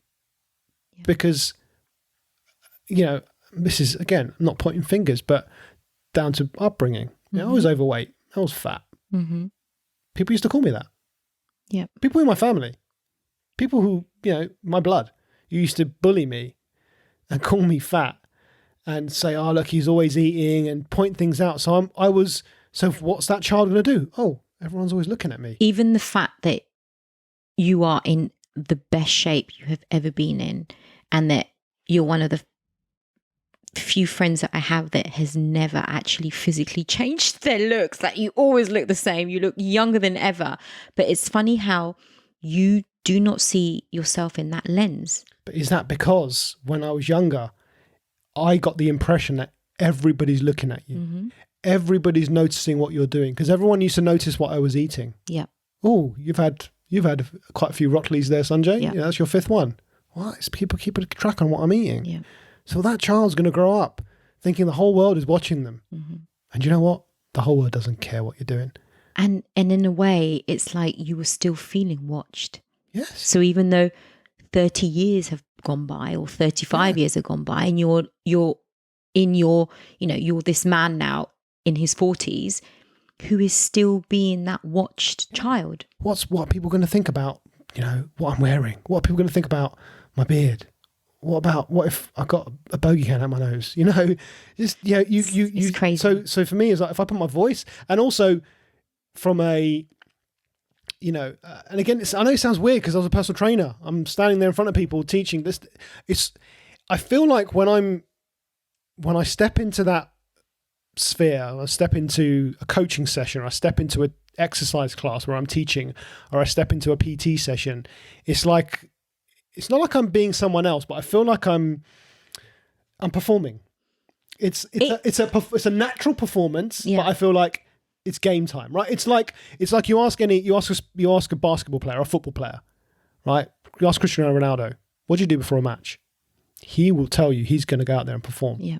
He's still Cristiano Ronaldo, but he's going to go out there and he gets something. It's this internal energy he creates, this character or whatever it is, this alter ego, call it that if you want, right? That this is who I'm going to be when I go into that, and then he performs at the best of his abilities. And I feel like that with myself when I was doing those things. But social media, it's like your audience is the world. Yeah. When I'm stepping into a class with 12 people, 15 people watching me, and I've got a lead, that's different. But so there's something inside me anyway, to get back to the story. So yeah, so it's only been recently that I've been comfortable putting myself out there. And that's it's only since I've gone through this process of awareness about being comfortable with who I am. In your own skin. In my own skin. Mm-hmm. Knowing that, do you know what? From anecdotal experience, from my life experience, from talking to people, from training people, from coaching people, from working with, you know, and part of it comes back to, you know, you, when I came that summer and, you know, got the fitness bug in, and we talked about this last time, I don't need to go into that, but, you know, and you used to say to me, oh, that's amazing. And I used to get recognition as, oh, people are listening to me. People actually, what I'm saying does make sense. So for me, it's almost like, when I talk, I got the impression that people listen more, and then that's completely wrong. So anyway, so I'm comfortable with it. Do you know why? Because I don't care. I don't care what people think. Because you're comfortable in your own skin. Because I'm comfortable in my own skin. I'm going to put stuff, and I'm not going to be controversial. That's not my thing. I'm not going to go out there to be controversial and knock other people and, you know, criticize other people. That's not why I don't want to. I'm not going to use social media as my launch pad to attack people. That's not why I do it. But I will use it as a launch pad to just say what I think. And yes, absolutely, there are going to be some people out there who don't agree with me. Luckily, I haven't got enough followers right now for people to care and say. That's life. It's going to happen on social. It's going to happen on the street. It's going to happen at home. It's going to happen everywhere. That's why I say luckily. It doesn't bother me, right? And I'm not doing it to get the followers. I'm doing it because I feel like this is what I want to do. Yeah. And if someone wants to go out there and listen to me and they take some value in what I have learned, you know, the education that I've given myself, we just, you know, again, we're repeating the conversation we had earlier, but I thought it was such a, like, we came in today and me, you and Satch started talking and I was like, why did we not hit record? I know, but we always do this. We always do this. Because we're always and no matter what we talk about, it's always deep. It's just a great and conversation. so interesting. Yeah. And also because we are both for different reasons, but we are, you know, our purpose in life is to be stepping into that better version of ourselves every day. And we're on the same journey. Yes. You are, Anisha is your wife, my husband, Satch. You know, we're all on this amazing journey of growth that just keeps growing. And each day we're, you know, we are, as I say, the humble student. Yeah. We are learning every day. And, you know, I totally agree. You know, you do these podcasts to just, it's expression. It's that inner voice that we have been oppressing for so many years, for whatever childhood traumas we've had, that finally now we're at this stage in our lives where we are able to express freely. And it's got nothing to do with being judgmental. It's got nothing to do with agreeing or disagreeing with what other people are doing. It's just about you coming on here, being of service to whoever's going to feel connected to you and giving, because that's what the world needs. We just need a community of just giving what you have. As that humble student, every time I learn something new, I want to share it with you. Yep, I want to share it with you. And that feeling, you know, you're describing now, and how you don't care what people think anymore. I mean, that for me is freedom. You know, we think we're free, but we're so not. We're so not free in this world, because we are so, again, I come back to the same thing. We are so limited to being who we actually are. We are so, you know, our freedom of speech has been taken away. You know, if we talk about the chakras, it's our throat. You know, that feeling that you get sometimes where, like you have that, you know, the expression, I have a lump in my throat. That's your voice that wants to come out, but it can't, because you've been told that you're not this, that you're not that you're not good enough, blah, blah, blah. And so it's stuck. And then you get that feeling, you know. And it's just such a beautiful time in our lives where we can actually sit here and say, we are free. And I have peace, internal peace. Like what is, you know, what is it that we want in life? You know, we think we want this. We think we want the car. We think we want the money. We think we want the big house. And yeah, don't get me wrong, all these things are great. But like, essentially, what is it that we're all looking for? For me, it was peace. I just needed peace. And oh my God, that feeling of waking up in the morning, and don't get me wrong, I have my days like everyone else. I'm human, for goodness sake. But I have internal peace because, as you say, I don't care about judgment anymore, because I know what my intention is. And I know what I want for people and what I want for myself. I know the level of kindness that I have. I know who I am. I know who I am. And gosh, I have probably just discovered who I am a few years ago. And I'm just so grateful for my journey. I'm grateful for everything, everyone that's been in and out of my life, the good, the bad, everything, because it's got me to where I am now. So like we were saying before, even the shitty parts, you know, the parts that we have been, you know, the dark, the shadow, you know, how we've been able to turn that around to where we are, you know, to think where we are today to where we were maybe a few years back. And like you were saying before, that everything has just kind of fallen into place. Like everything that happens is meant to happen, and that time is always on our side. Yeah. It's incredible. It's such a nice feeling to just feel, liberated, free. And free. Yeah. Yeah. 100%. Yeah. And, you know, when I say, you know, you say, I don't care what people think. I do care in terms of people that I respect. It's a figure of speech, isn't it? It's a figure of speech. Well, your judgment. I think you used the way that you said it is better. Yeah. The judgment is that if people go on, who's this, you know, the way he looks or the way he talks or he's got a funny voice or that. I don't care. And when I first started doing the videos, it was like, my first thought was, what do I wear? Interesting. And then I was like, why do you care? Yeah.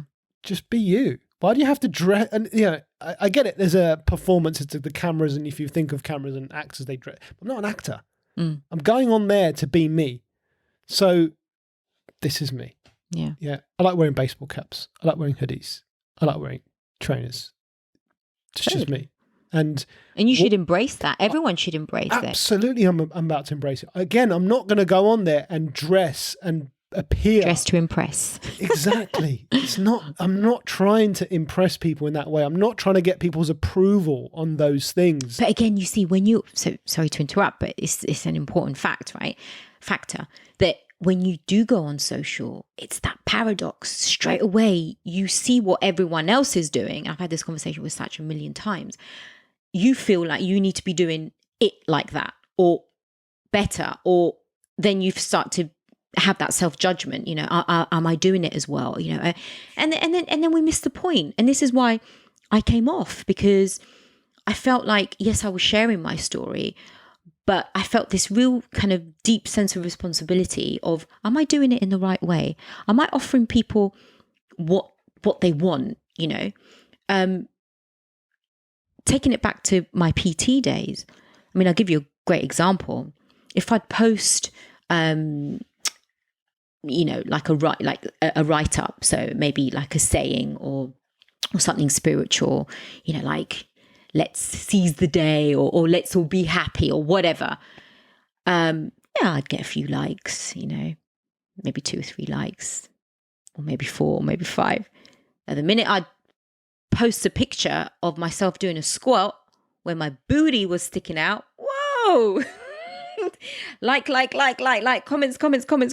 Like, that's what, but this is the world we live in now, right? And as a PT, I was showing people how to do a squat, but in a way, and this is quite honest, you are sexualizing yourself because you know that your audience is going to be checking out your ass.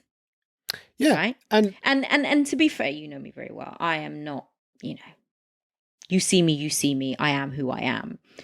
But this is the power, and we go back to the prostitute archetype, where you are selling yourself because you know that if you're going to be doing a squat and your booty's going to be sticking out, you're going to get more likes, right? And you are selling yourself to that, even though you know that is not you. Right. So such a paradox. It is, but that's a very interesting point. So you've done the analysis on this, that those posts get more likes. So that you could take that information and think, okay, so in order to get more likes, all I need to do is post more pictures of me and my body, right? Mm-hmm. And therefore you would get more likes. So you end up then, and this is what people do, right? And I know this, and I'll talk about how I know this in a moment, or how I know a small percentage of people do this. In that, so you end up posting booty pics. You end up posting, but she just said she needs a wee, so we'll stop in a minute. That's why we're laughing, in case.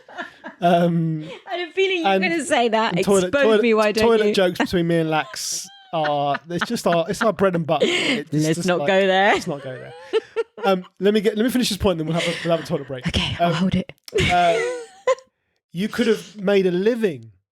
And I've always thought this about you, particularly out of all the people I know, because I feel like you've always attracted people because of the way you look and all these things. And I feel like at that point in your life, when you were doing those videos, I thought you could, if anyone's going to make social media work, it could be someone like you. Because if you look at the people that are successful PTs female PTs on social media, not all of them, but a lot of them, it is down to, not just, actually that's wrong. Sorry, I take that back. Not just females, male, female, we're not discriminating here. Yeah, applies to all. Everyone, LGBTQ, all of that stuff, right?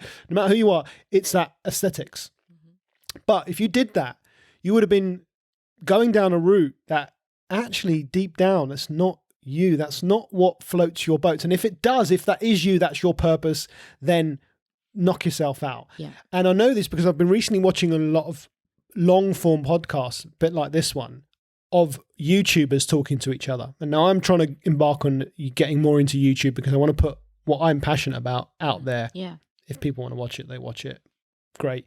And they were saying that because YouTube provides you with so many analytics now about what videos work, how long people are watching your videos for, what's your average watch time, what's the demographic, what age are the people. So they can almost create using that data, like mold it into, okay, this is the kind of video that is insane that people want to watch. And they do that. They've done that. And these people have grown their channels to millions of subscribers. They're earning a living off doing that.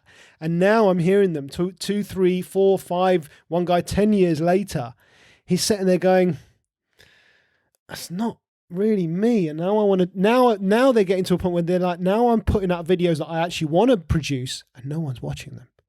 And that's a dilemma. That's that, what do I do now?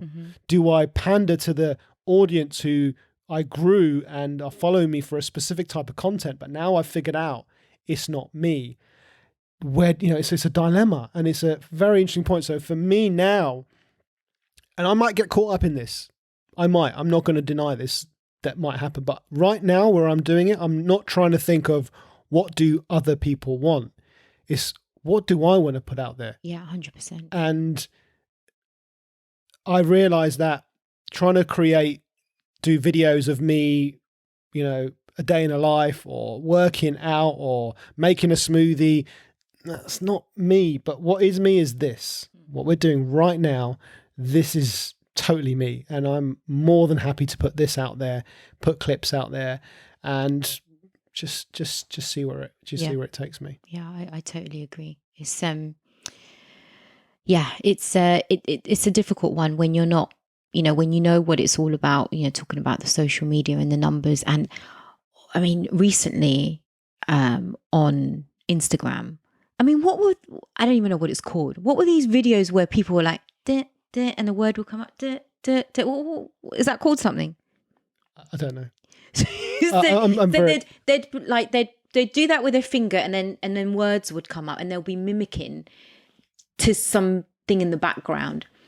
I mean, apparently that was the thing that would get you the most likes and views on your or reels, right? And I'd sit there and I'd see all these people that I'm following suddenly come up doing those things. I don't know if there's a word for it, but the cringy feeling that you feel like, what is this all about? Like, it's just so bizarre, so insanely, it's just nah. That's a result of what I just spoke about. That's a result. Mental. Someone at some point in time. Yeah. One person, there must be a ground, yeah. there must be a ground zero, yeah. right? For this, whatever it's called, we need to give it a name. Yeah. Right. There must be someone that did it, and then someone did it and they got a shitload of views or followers or response, whatever. And they're like, oh, this is working. And then someone else saw that and said, oh, this kind of video is getting, let's all make this kind of video because that's what people want to watch. Now, look, that kind of video, it's not offensive, right? But I know what you mean, and I'm not a big fan of them either. And I see people who I have been following for a long time, and I suddenly see them making these, and I'm like, oh my God, they've just completely gone against the grain of who I thought they were or what they were about, and they're just following the crowd and doing that. And we talked about sheep and following the crowd in our previous podcast, so go and listen to that if you want to hear about that. But it's not us, right? It's never been us. We've been our own free spirits in that we've always kind of did what felt right and what we thought was right. Well, we've tried our best to follow our hearts always, because that's just anything that doesn't feel organic for us, just you can see it. We're quite transparent in that sense. Like if we're doing something because we feel like we have to do it, we're the type of people that you can just see that our heart is not in it. And then when our heart is in something, it's so luminous because we shine in a different way. It's like, I was saying to you before, it's kind of going off tangent, but relatable is, people associated me with that long hair that I used to have, right? And, I was very grateful that, God gifted me with nice, lovely hair. And I don't have that hair anymore. I lost that hair due to my treatment. And, my hair has grown back, but I see me now. And we were saying this before, like, it was almost like I was hiding, like my spirit was hiding behind that mane, right? And it wasn't until I was talking to you about it that it suddenly hit me. Oh my God, like how I used to hide myself without even realizing that I was hiding. And, people see you from their lens, oh, Lax is, she does PT, she looks great for her age, blah, blah, blah. But I wouldn't see myself in that lens. No. And now I have, physically, I have obviously endured many things due to having the cancer and the treatment. Physically, maybe I mean that my body isn't the same as it used to be. So, I have limited movement in one of my arms. Up until recently, I had to have reconstructive surgery. So, there are many things that I've had to see myself in a different light. But the point I'm trying to make is that I actually see me now. I see Lax. I see my soul. I see my spirit. It's almost like the veil has come off, whatever that may have been, the hair, whatever. It's now I see me. Now I can see my face. I may not have that hair, but I don't identify myself with that hair. And I think it's been, it's been more of a mission trying to, I don't want to say convince, but let people know that it's okay. You're accepting it. I accept it, so you should accept it. If you're somebody who's in my life, you need to understand that I have been through an ordeal. I've handled it the way that I needed to handle it. And I'm okay with it. And if I'm okay, then you need to be okay. 100%. Let's have that loo break. Okay. This is a podcast of first. So it's the first face-to-face podcast I've done without my wife. It's the first podcast I've done not in my home. It's the first podcast I've done with my feet up.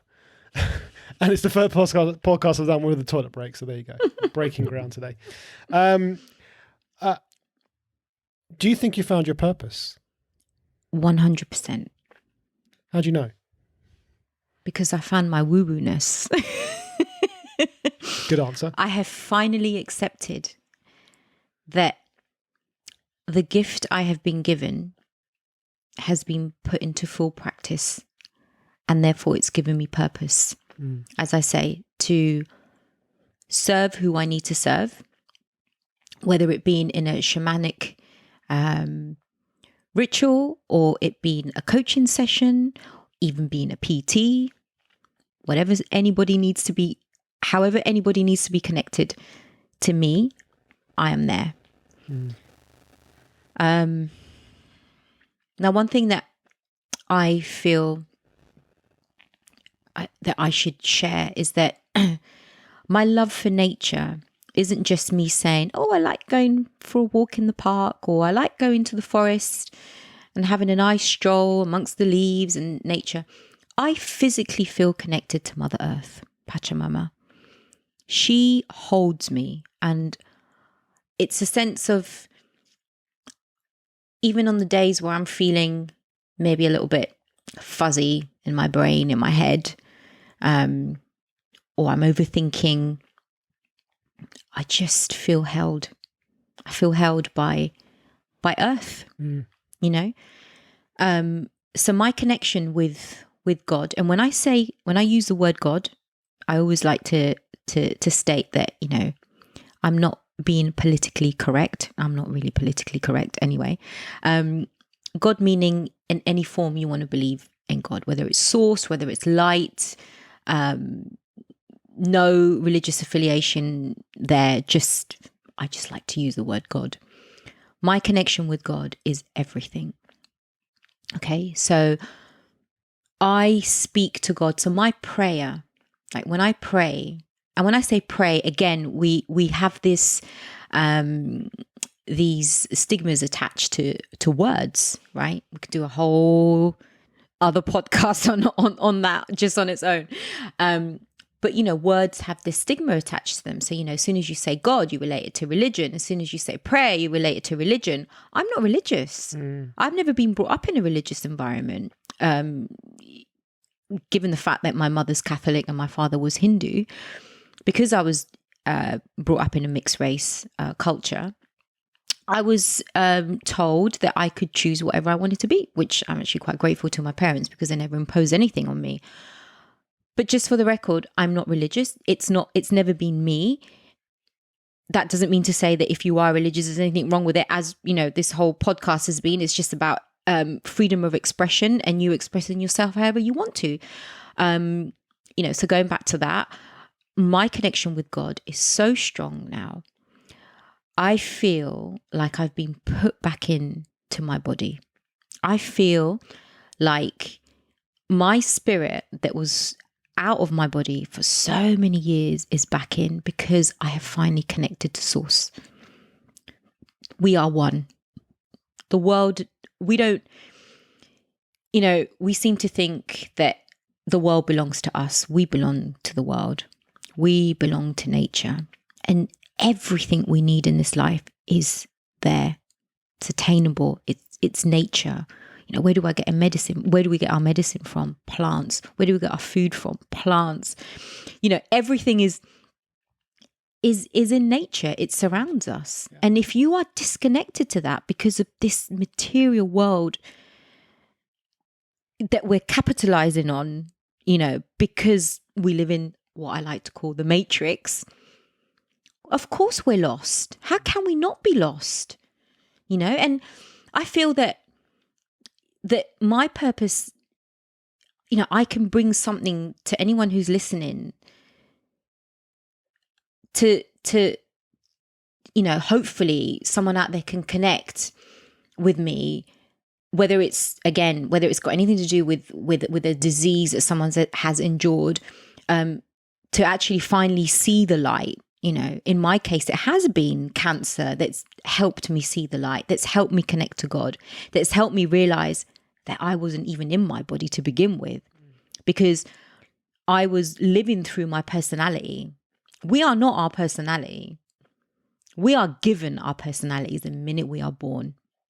Okay. We are innately, all of us are special. All of us, every single human being on this planet is special, except for we don't even know how to express that speciality, because we are straight away conditioned by society and what we should do and what we shouldn't be doing. And so we lose ourselves. And so all these years, I thought I had to be this. I thought I had to be, playing all these roles as a mother, as a wife, as a daughter, as a sister, as a grandchild, the lacks everybody wanted, or expected from me. But really, I wasn't any of those sides, all that personality wasn't actually me. And I had to call my spirit back in. I had to reel her back in. And now I fully feel whole, peace, connected. I co-create with God. It's not about, I want £1 million and I'm going to get it. Like the whole secret, that everyone feels so connected with. Yeah, it literally is that easy. Whatever you want to manifest, you can have. But what for? What is your co-creation? You can't just ask for something and expect to, if you ask for £1 million check and expect to have the £1 million check, what do you want the £1 million for? Is it for you or is it for the better good? And that's exactly it, right? And that's why I asked you the question. I mean, this is a hot topic at the moment, isn't it? People talking about purpose. We've spoken about it before, and I talk about it on the podcast a lot. And when I went on this recent coaching program that I did with Anisha, the idea of purpose, and we talked about purpose a lot. And there was an interesting, fascinating definition or kind of parameters around what is how do you know what your purpose is? And they kind of broke it down. Nilesh, the coach, broke it down into 3 key things, which was, it's something you're passionate about. It involves developing a skill, so learning, and you're doing it for the benefit of others. So if you look at the things that you've done in your life, fitness, you were passionate about that. You were. Because if you weren't passionate about it, you wouldn't have gone head first. I was. Because what did you have to do? It was, you were like, this is something that's really cool. I think it's something I want to do. What did you have to do? You had to develop a skill. You had to learn how to do this stuff. You had to go on a course. You had to read. You had to figure this stuff out. You had to pass. And why are you doing it? You're not going to, let me give you this tip. You're not going to become a millionaire being a PT. Nope. Okay. You might, if you're PT to the stars. Never had that expectation ever. Around it, you're not going to be, but you're doing it for the benefit of others, right? It's not for you. It's not because it's going to pay me the most money. Because I go back to school, or I go back to even later than that. I remember before I took my first full-time job, when I was deciding whether I go to uni or not, again, I was deciding to go to uni because I thought, that's what the world expects of me. Mm-hmm. That's what my parents, my uncles, my aunts, they expect you to go to uni. I got to go to uni. Especially in our culture. Yeah, again, that's a whole series of podcasts, okay, which we can definitely get into at some stage. But you're right, yeah, especially in this culture. It's like, it's the expected thing to do. Yeah. And then you end up becoming molds and, of each other. So for me at that point in my life, I was like, okay, well, what do I do here? And I remember my boss, who I was working part-time in the city in this recruitment job, and, my dad actually told him, said, my son's thinking of not going to university. Can you talk some sense into him? So he sat down with me and he said, what do you want? What do you want out of life? What do you want to be? And I remember I said physiotherapist, right? Because I remember for a long time I wanted to be a physio. And he said, why? No, you want to be a physiotherapist. Okay. Then he asked me, how much money do you think you want to earn when you're older? And I gave him a number. I can't remember what I said, 100 grand or whatever. And then he had a friend who was a physio, and his friend came to see me. And his friend said, if your objective is to earn that much money, don't become a physio. And he was a physio, right? So I thought, okay. So that, I now look back and I think that conversation knocked me off of my trajectory of purpose. Because I look at what I'm doing, and I wish I had done the physio thing, right? Because it's so in line with what I am and what my interests are, and helping other people and learning. It's me, and that conversation, because I didn't know then as a 17-year-old, 18-year-old, that it's not all about the money, but that's what I thought, because that's the world I was living in at the time. It was all about that. And so it's funny how you had that purpose at the time, but I didn't know it. But I was going to say something else. Like, you've never really been one of these money-driven people, even though you were always in really high-powered jobs in your 20s, but yet you were so humble with money. You never had that. Yeah. Do you know why? I feel like I wasn't ever the person earning the most money around the people I was working with. I was never the top earner. I was never the top biller. I was never the top dog. So for me, I was just like, well, I'm nothing when it comes to earnings compared to these people. So what I am earning, which was very handsome, I was quite comfortable with it. I was like, this is cool, man. This is good. And also deep down, what I was doing wasn't part of my purpose. No. And I think I didn't know it at the time, but there was something inside of me, and maybe we talk about trauma, maybe having to endure that for 15 years, not knowing how to get out of it and not knowing what to do. What are people going to think if I drop out of this job? And I stayed in my first job for like 7 years, It's quite rare for anyone to stay in a job for that long nowadays. And those days it was pretty similar. You know, people didn't stay around in jobs for that long. But I stayed in it because it was a security blanket. Yeah. It was a comfort. I was like, right, I can't do anything else. I'm now trapped. I've got this lifestyle where I'm earning this much money. I've got to now support it. But deep down, it wasn't my purpose. It wasn't what I want to do. But I just love this idea of thinking about your purpose being something you're passionate about, developing a skill, and you're doing it for the benefit of the others. And everything we've talked about today, about the things that we've done, it's all, and you mentioned it, you know, how you said it earlier, you read 52 books. That's learning. You figured out your purpose of something you're passionate about, and you developed some skills. You learnt, you read, you did a course, all of this. And why are you doing it? To help other people. Yeah. So I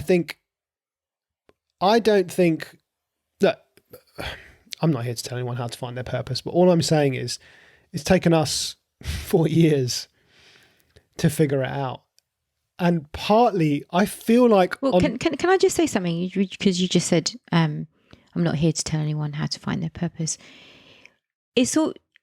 Maybe we should rephrase it and say, we are perhaps guiding you on how to find your purpose, because you are actually telling your story as I am, on all the things the loops we've had to take to finally find our purpose. So it's almost like we're inviting people to help them realize that it's not that hard if we are recognizing these things that we are saying about the things we like and the things we don't like, and the things that we continue to do even though we know full well we're not enjoying feeling, but we keep doing them.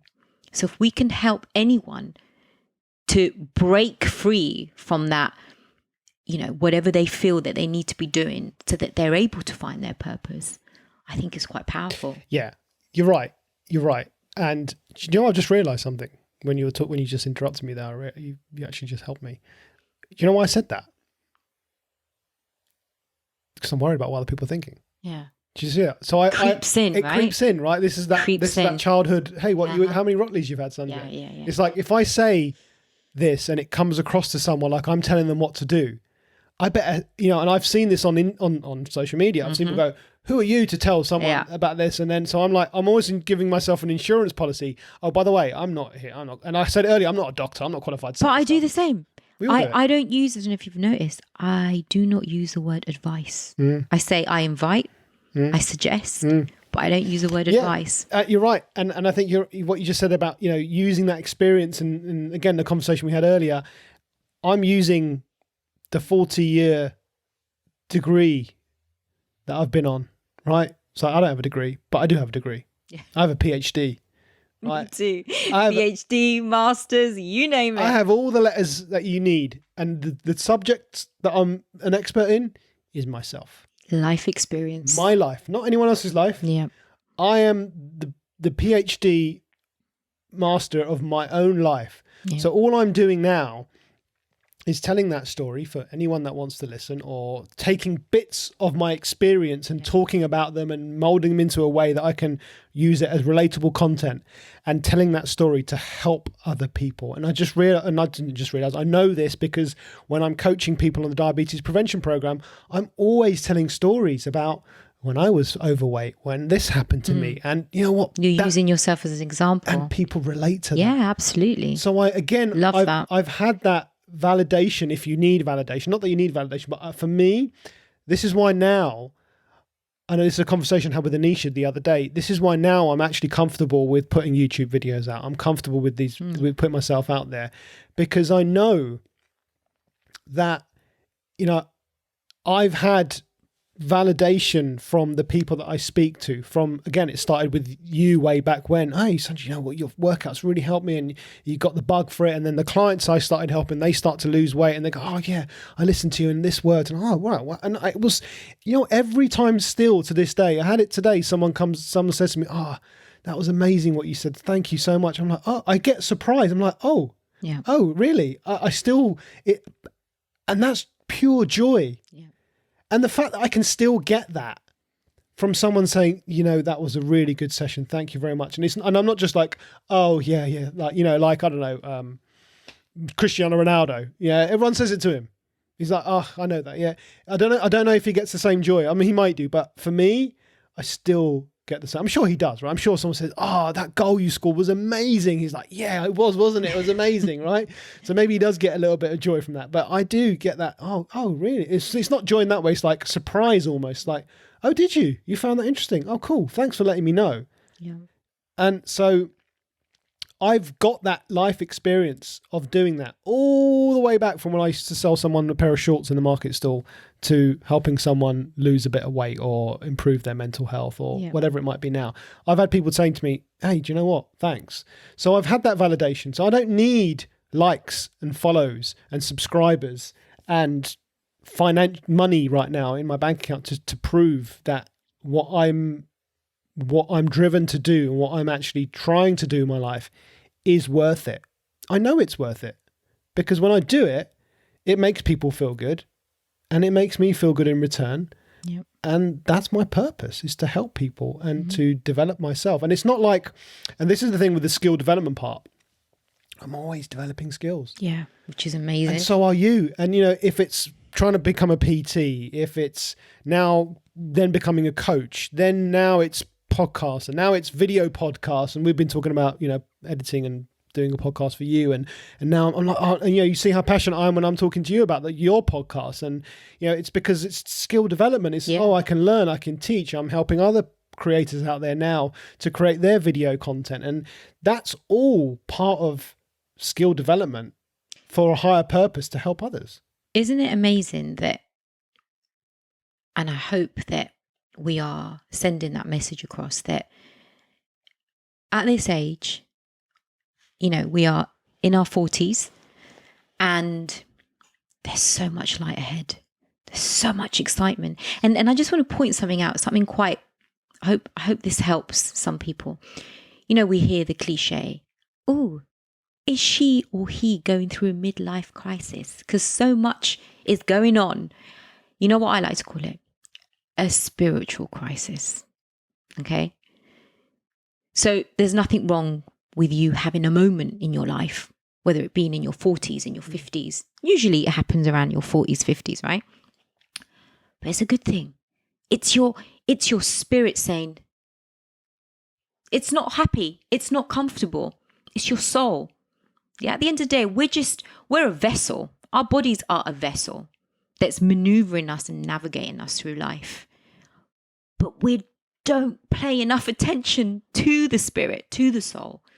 So when we have this moment of a midlife crisis or a spiritual crisis, it's a sign for us to keep moving, because we're missing out. Yeah. We are at the age where we are so enlightened.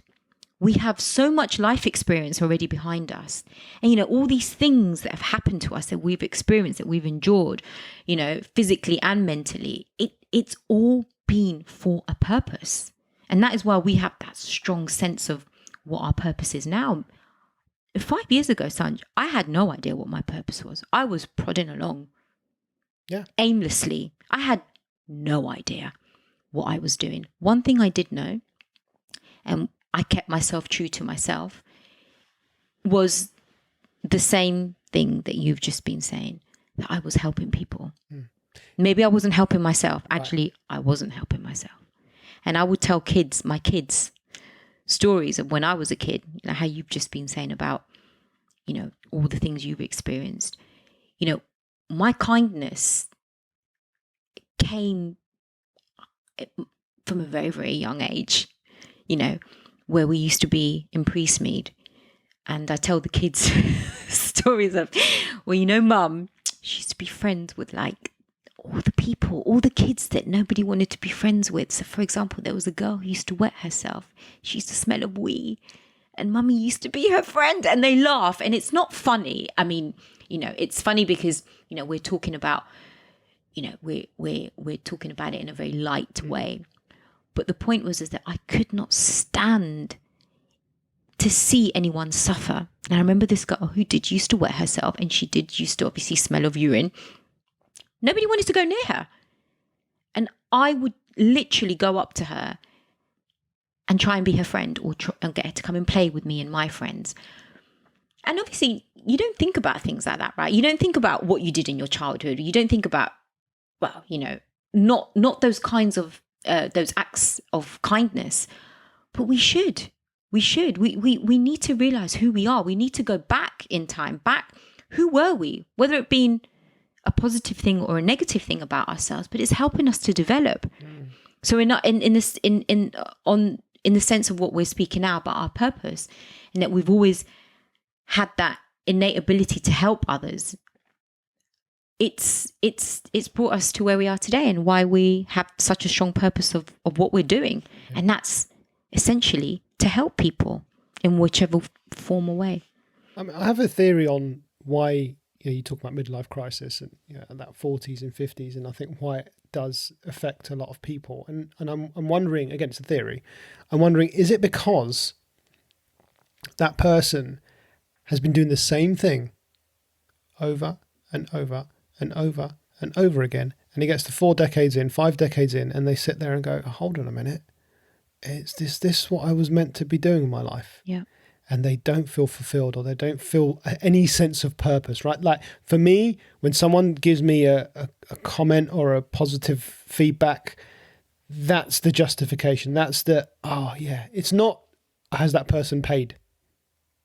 Right? It's not, is there money in my bank account? It's, did they get value from what I was doing? That gives me that sense of purpose. So maybe, I don't know, maybe do people do it because they think, oh my goodness, I've been doing this job, and I've got a house, and I got the car, and I got the family, and I got the ski holiday, and I got all of this, but I'm not happy. What's that saying? The best things in life are free. There you go. So when you start to connect to nature, to God, you start to realize that all the material things in your life has no meaning. It's comfortable. It's nice. It's nice to have, but it's not essential. No.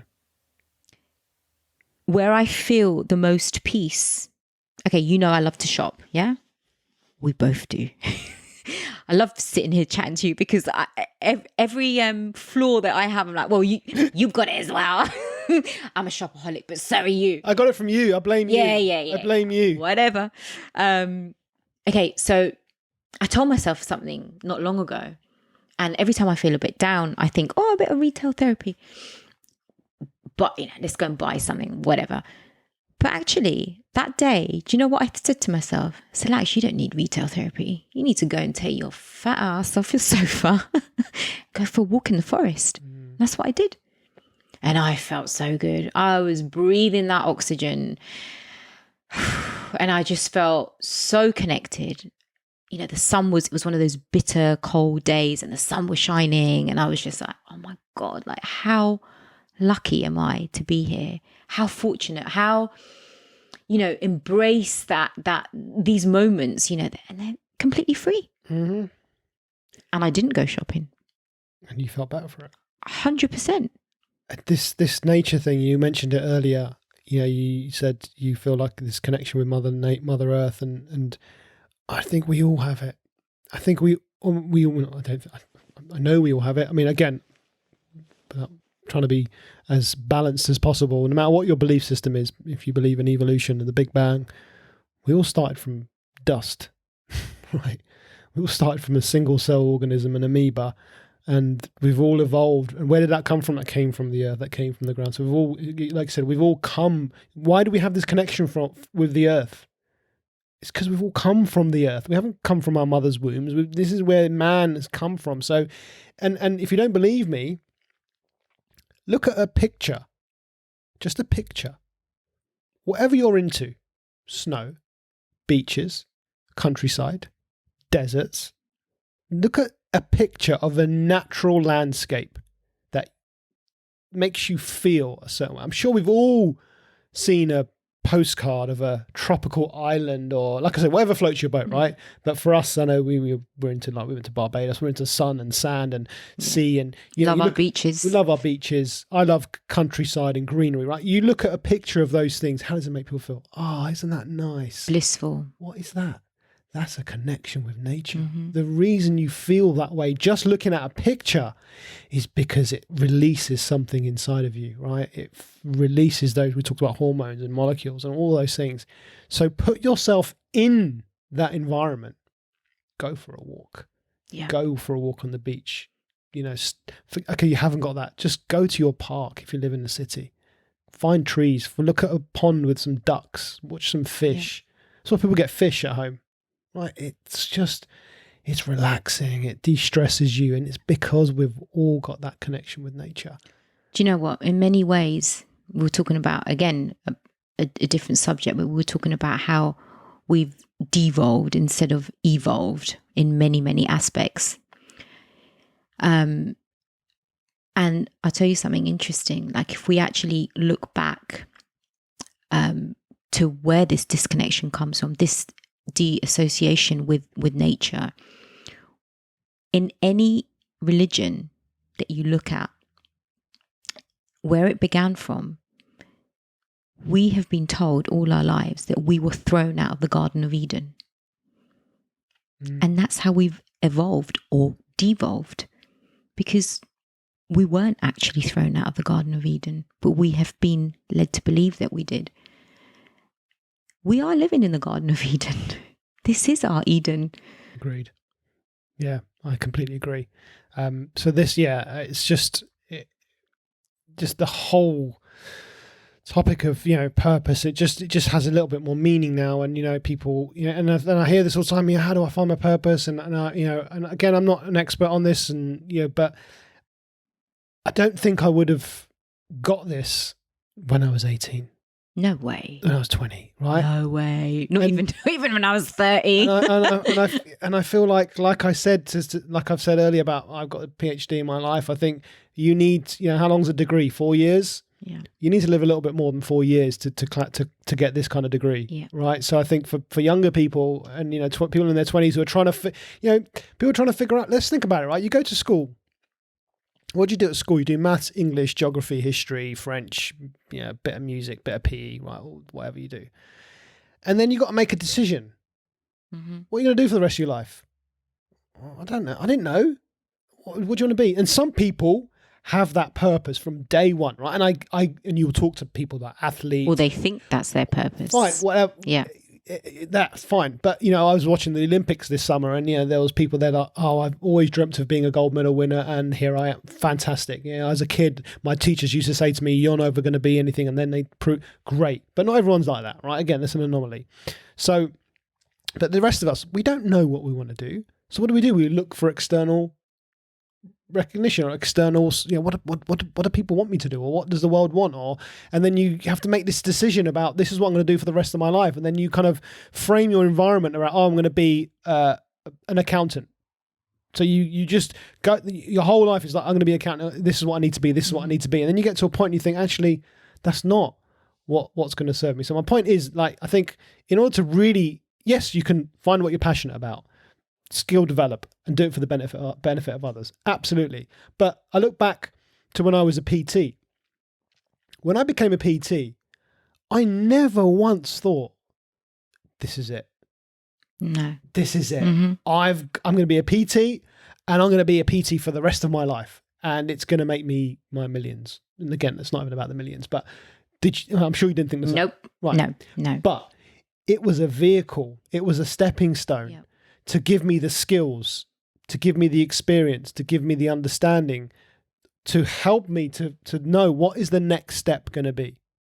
Yeah. So if you think of it like a series of stepping stones, you know, everything I've done in my life, every job I've had, it's all led up to this moment now. It's all given me the tools, it's given me the awareness, it's given me the understanding. It's told me what I don't like to do.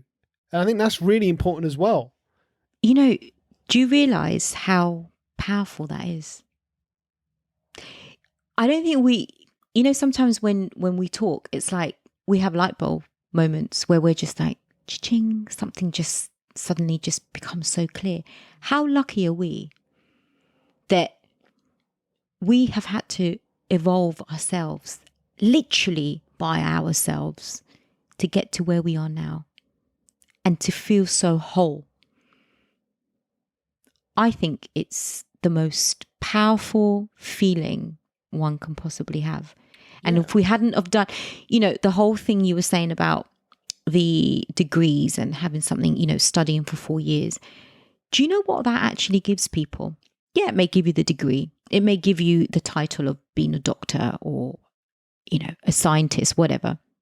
But actually there's something else that it gives you, entitlement. And that is a very dangerous thing.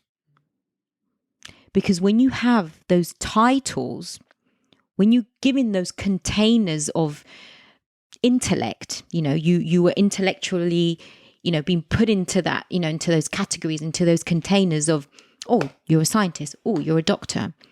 You then feel like you are entitled to certain things that you may feel that other people aren't. And that becomes toxic. Mm-hmm. Yeah.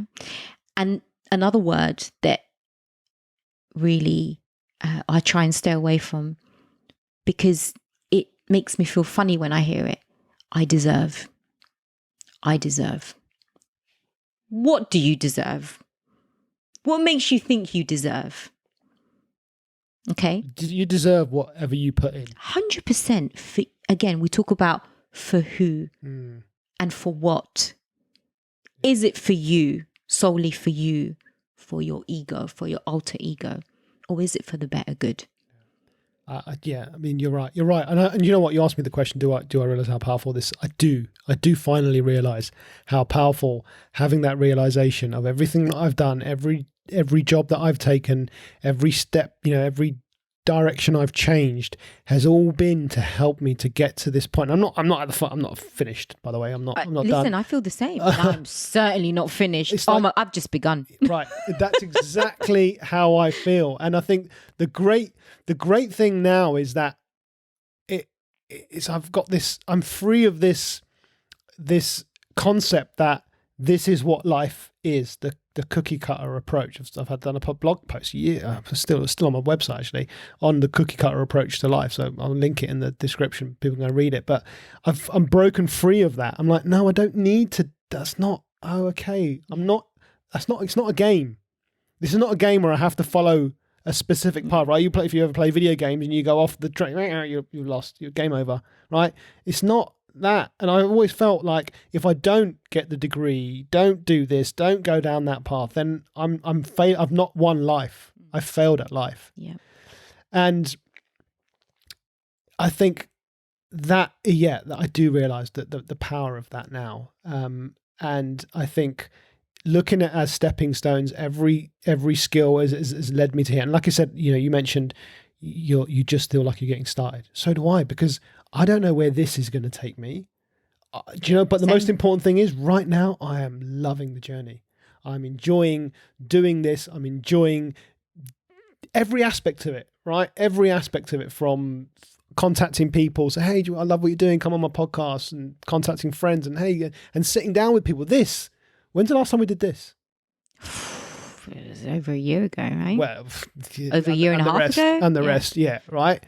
It doesn't happen that often. And the fact that now I get to do it not only with my friends, but with other people. And okay, it's been on Zoom, but this is why I say this, because we're sitting in the same room. Yeah.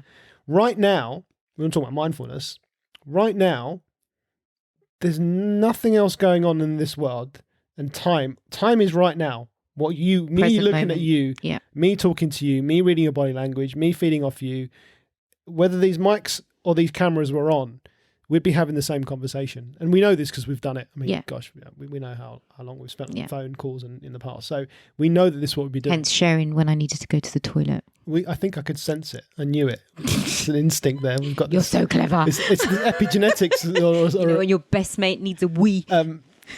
But this is it, right? So doing this, where is this going to go? I don't know, but I'm enjoying it. Yeah. I'm being mindful. I'm enjoying the moment from all the tech side of it, the editing side of it, but yeah. And where is this going to go? I don't know, but I'm enjoying the ride, and I don't need to have a destination, right? And again, this is just a different way of thinking. I'm not blaming them, but my grandmother she asked me, how much do you get paid to do your podcast?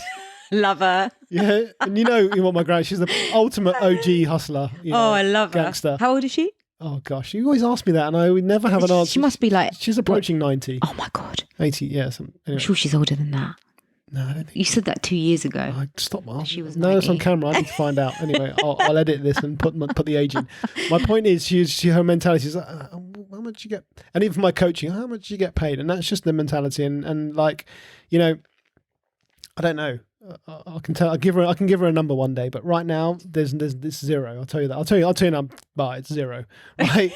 I'm in negative. Right? All this equipment. I'm in negative right now. But I'm enjoying it.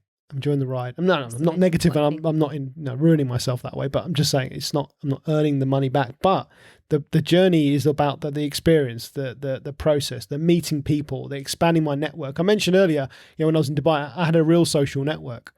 Well, when I came back, I had zero social network, a real life social network. So this is where I've used the social networks that we think of now to help me build a social network. And now, I've got people in my phone book, doctors, psychiatrists, coaches, PTs, people that I've interviewed, that are That's amazing. on the same energy vibe as me. And I feel like, I finally got a network. If I need some help with something, I can reach out to someone and say, hey, I saw you talk about this. And, I feel like this is what I'm doing with this. It's just building a tribe. Yeah. Right. 100%, you talked about earlier about cleansing your life and getting, things that don't serve you. And that's people as well. So for me, toxicity, even if you don't see it as a toxicity, it's like, is it bringing anything into my life? Yeah. Is it adding value to your life? Is it adding value to my life? Right. So I talked about social media cleansing in that, I like trainers, and I'm following this guy that talks about trainers, but really, is it serving me anything in my is trainers my passion that I'm going to start doing videos? No, it's not. So do you know what? I don't need to worry about that. And when I'm interested, when I need to buy a new pair of trainers, I'll look up what they're doing. But right now I don't. So it's about, it's just about focusing on the things that are gonna be meaningful to you, and this is part of it. And do you know what is even more powerful? We're talking about, and I want to actually touch. I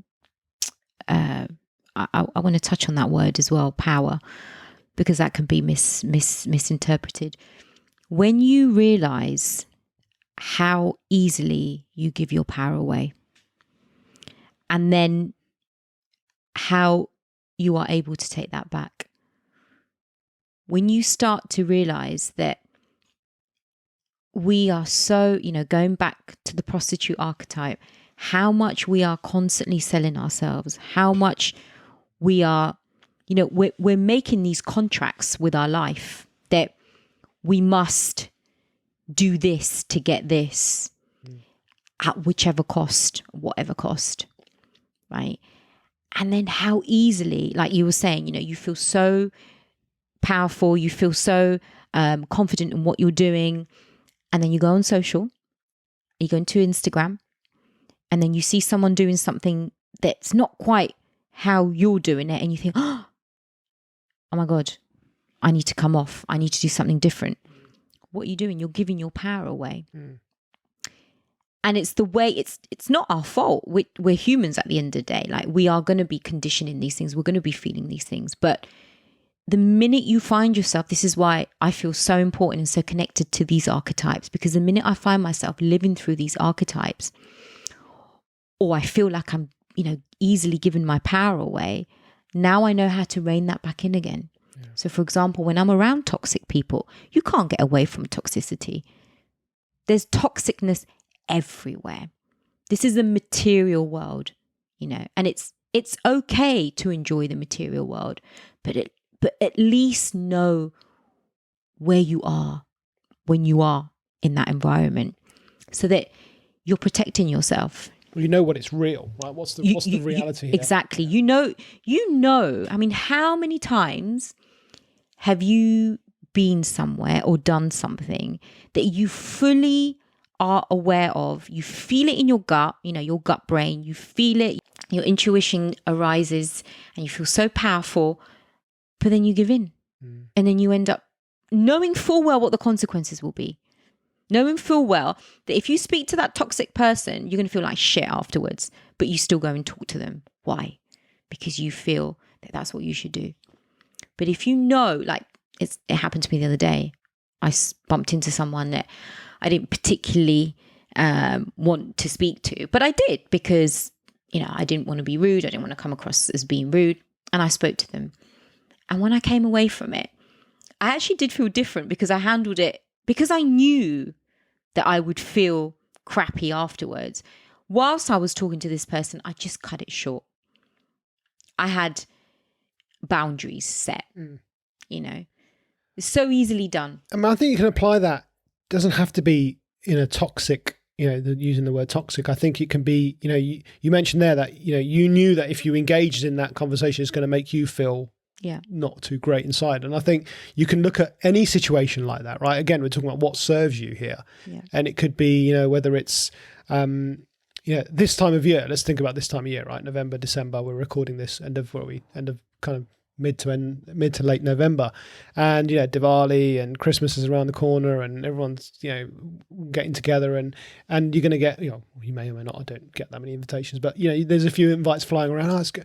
And it's almost, for me, it happened the other day as well. I was like, I don't want to go to this event. And I said to Anisha, and she goes, don't go. She goes, why do you feel like? And I was like, yeah. She goes, but you don't sound sure. I said, yeah, but I feel like I should. Why? Because people probably expect no. What do you want to do? So I know if I go, it's not going to serve me in where I am right now. I think it's going to hinder me. Don't go then. And, so I had to make a decision and says, you know what, I'm not going to do that. And there are going to be some times in your lives where you do, yeah, okay, I get it, it's family, whatever. But there's going to be lots more occasions where you need to have that filter and be able to say no, right? And it's the power of no as well. And I know this is something I've learned. I'm always like, oh yeah, I'll do that for you. And oh yeah, son, just always want to help people. And it goes back to our purpose, want to help people. And so I always feel that way. But sometimes you just got to say no, not because of any other reason. It's because, do you know what? It's not gonna do it for me today. And I just want to avoid that. So there's a very fine line between, that whole saying no and you being seen as that you're not being kind. Yes. It's a fine line. Yeah. It's not about that. You are still kind and you are still you, but you have boundaries. And that's what I found in these recent sort of years, after my diagnosis and going through what I've been through. I have found myself in quite a solitaire environment, just myself and my family mostly. I've embraced that time to understand and to be aware of those people that were very toxic in my life, and those people who were confusing my kindness for an idiot, because they knew that I could not own my no, and they knew that, and people like that will always latch onto you, and it's very difficult to, people who are kind, people who are, good people, there is a very, very fine line between. Have you seen the, this is related to what you said, have you seen the new documentary on YouTube on Will Smith? Is that the one that he did, was it with a psychologist? The Best Shape of My Life. It's recent. Anyway, it's a 6-part. Okay, you should watch it. I think everybody watch. It's called The Best Shape of My Life. It's a 6-part documentary on Will Smith. And anyway, it's about him getting into shape, but it actually turns into a completely different program, and it's about mental health, and it's about his demons. Yeah. And what you just said there about people perceiving you to be unkind when you decide not to engage. And he tells a story, and go and watch it because he'll tell it better than I do. But he tells a story about one day where he was feeling quite low, and he's like, right, I'm going to go. And he pencils some time in to go to the gym. He's like, I'm going to go to the gym in the morning. It's my time. And I'm going to schedule it as this is me time. This is for Will. I'm doing this not for the cameras. He didn't want any of the cameras there. He didn't want any filming. He goes, I just want to go to the gym and work out for me. So he went to the gym. And then whilst he was working out, some kid was there, or some young person, and said, oh yeah, Mr. Smith, and can I get a quick, and he said, he knew it was coming. He was like, sorry, kid, no. And the kid was like, but but it's for my cousins or my brothers over there. He's got Down syndrome, and he's one of your biggest fans. And like, he told this story. It was a very compassionate story. I'm not saying he was making it up. And Will Smith is very kind, and if you get to know when you watch his documentary, and he was just like, "Kid, I'm really sorry, but no." And of course, that kid's reaction was like, "Oh, I didn't think. Oh, how could you do that? How could you say that?" And that's it, right? It's like there's a fine line, because in any normal circumstance, you approach someone like Will Smith. Oh yeah, he's the Fresh Prince. Yeah, happy-go-lucky, la la la. But he's obviously got his own. And in that moment, just when he said that, I was like, yeah.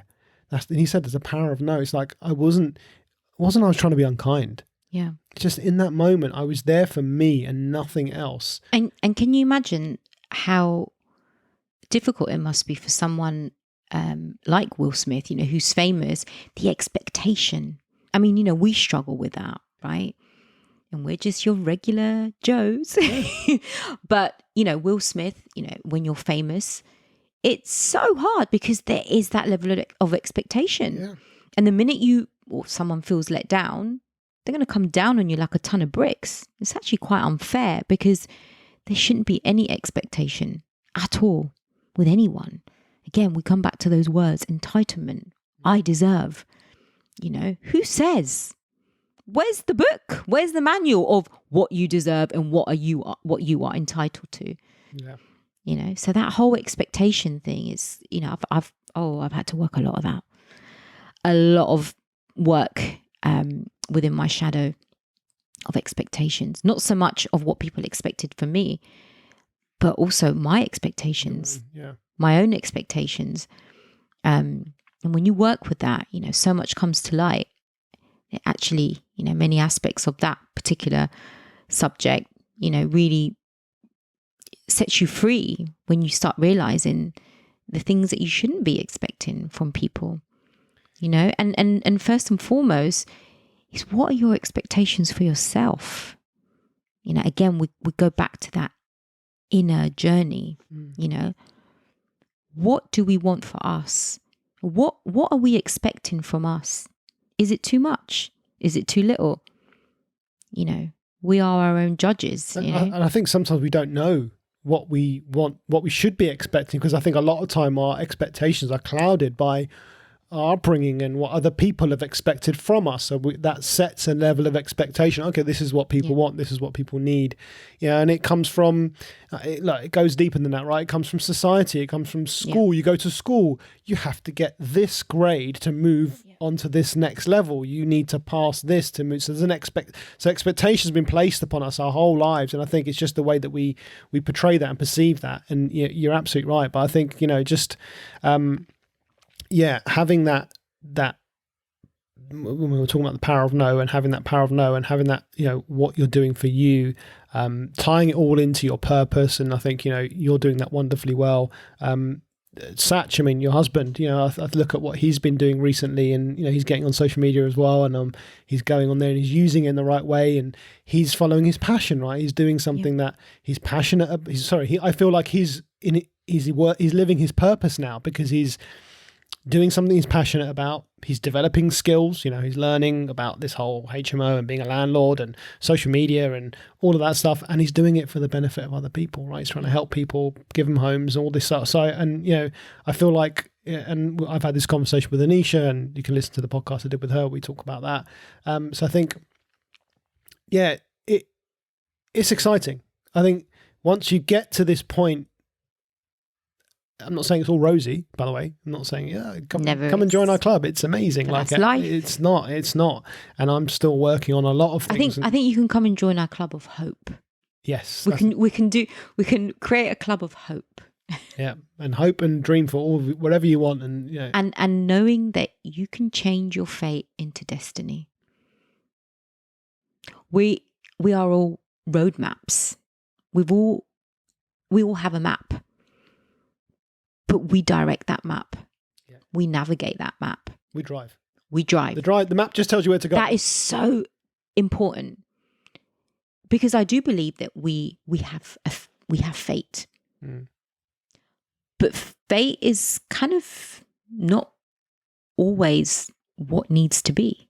fate can also be what you put in, right? And I was talking about this earlier in terms of, fate. Sorry, just touching on that word. Fate to me is very final. It's like final. Fate. Destiny is in the distance, but it's almost like it's more attainable. Was when you use fate, when you use the word fate, you feel like that is my fate.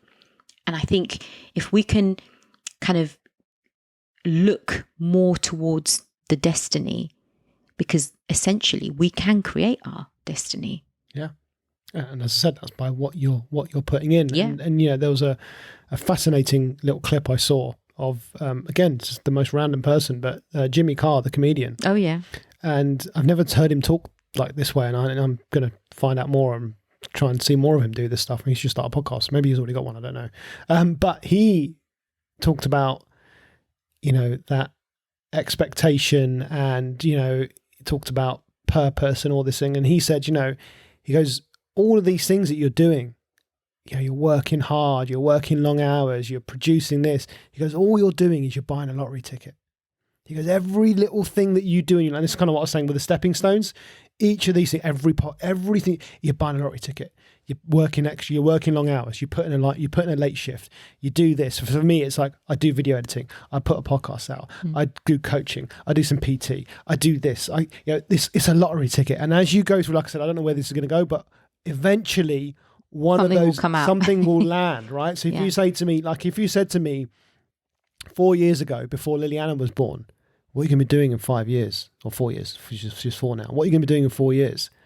I would not have had the foggiest clue, right? I wouldn't have had I was moving country. I was coming back to the UK. I was going to have to change career. I didn't know. I thought the world was ending, right? But I think you did as well. Yeah. I really don't think you wanted to come back. No, I didn't. It's not a secret. I didn't want to come back. This is no secret whatsoever. I didn't. But it's like, Sandra, when are you coming back to the UK? Never. That was the conversation every time we got on the phone, right? For 10 years. Yep. But so I didn't know. But everything I did since I got back, I was like, well, okay, let me throw myself into my passions. What am I passionate about? And I did that. And everything I've done since a Pilates instructor, going back to PT, all of those things. And I finally feel like I've landed in a job, use that word, speech quotations, a job that I actually feel like is aligned with my passions and my purpose, which is the coaching that I do. But also what I'm doing now, I feel this is also in line. And this is just another lottery ticket that I've bought along the way. And, But you know what? It's a deposit. Or think of it as a deposit. Lottery might feel like you're gambling, but it's a deposit. You're putting money in a bank. I feel that every lottery ticket you have bought, failed. No, completely the opposite. See, it's so fascinating how we see things from our lens, and there are no two lenses alike, right? From where I'm sitting,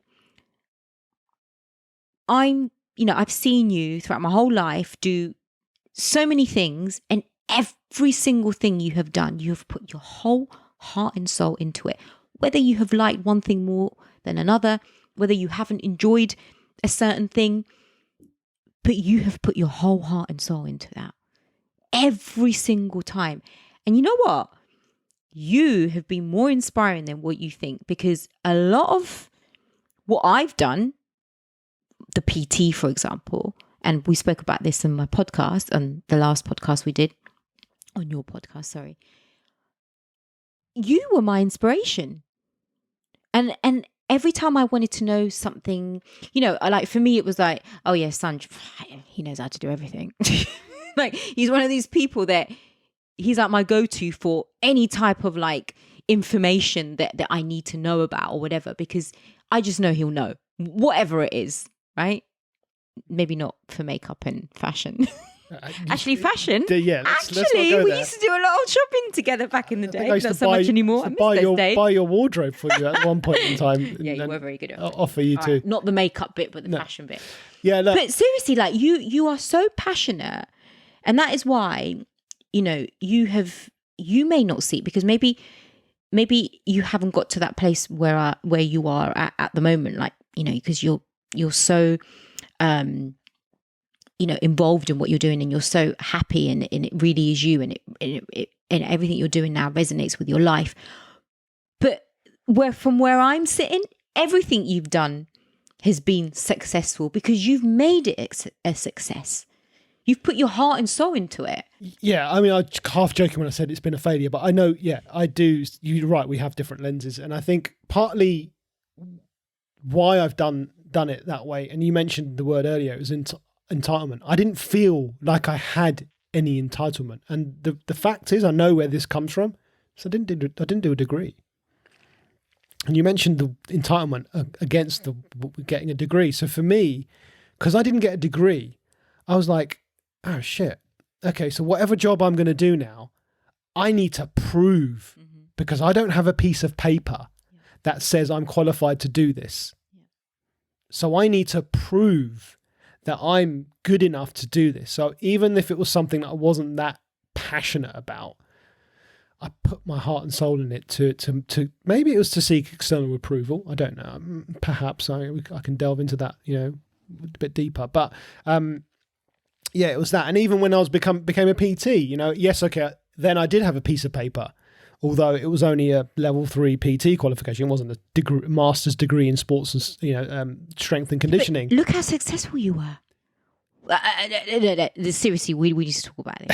Look how successful you were. I mean, you were in Dubai and you would tell me these like ridiculous hours that you were working, all these amazing clients that you had, male and female, these groups you were doing, these classes you were doing. Like it was your journey in Dubai. What was it? 10 years? 10 years you were there for? 10 years. You did so much.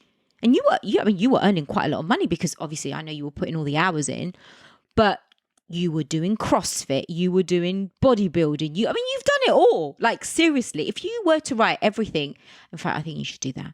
You should write it all down. Trying to get me to write a book. And value yourself. It is the thing, it's valuing yourself. Yeah. It's that like you were saying, the self-validation. Never mind the validation we've had or we haven't had in our childhood, in our adulthood, via, the external. It's the self, it's the inner. Yeah. That's the most important. It's that self-validation. And when you start, look, I've done this exercise. It's not something I've read in a book. It's just something I've made up. Write down all the things that you have done. Stop thinking about the things you haven't done. Because actually you can do all those things if you really want to. But write down the things that have done. Wow, I surprised myself. Yeah, I mean, I've done a similar exercise in that I've written down the things that I want to do. And then it's about, okay, go and do them. Yeah, right. Literally. Go and figure it out, right? And this is what people say, you just said it to me. Sanjay's always, knows everything and he does things and puts his whole heart and soul in it. It's because I don't know where this stigma with education comes. It must be our culture. It's got to be, right? It's got to be. But, because I haven't had that education, it's like I need to get it myself with real life experience. And yeah, but Sanj, let's touch on this because this is really important. What, the type of education you're talking about is intellect. Yeah, it is. Because an intellect is what's classified as, the person who has the degree or the master's or the PhD, right? What about the emotional intellect? Yeah, they're a very good point. Right?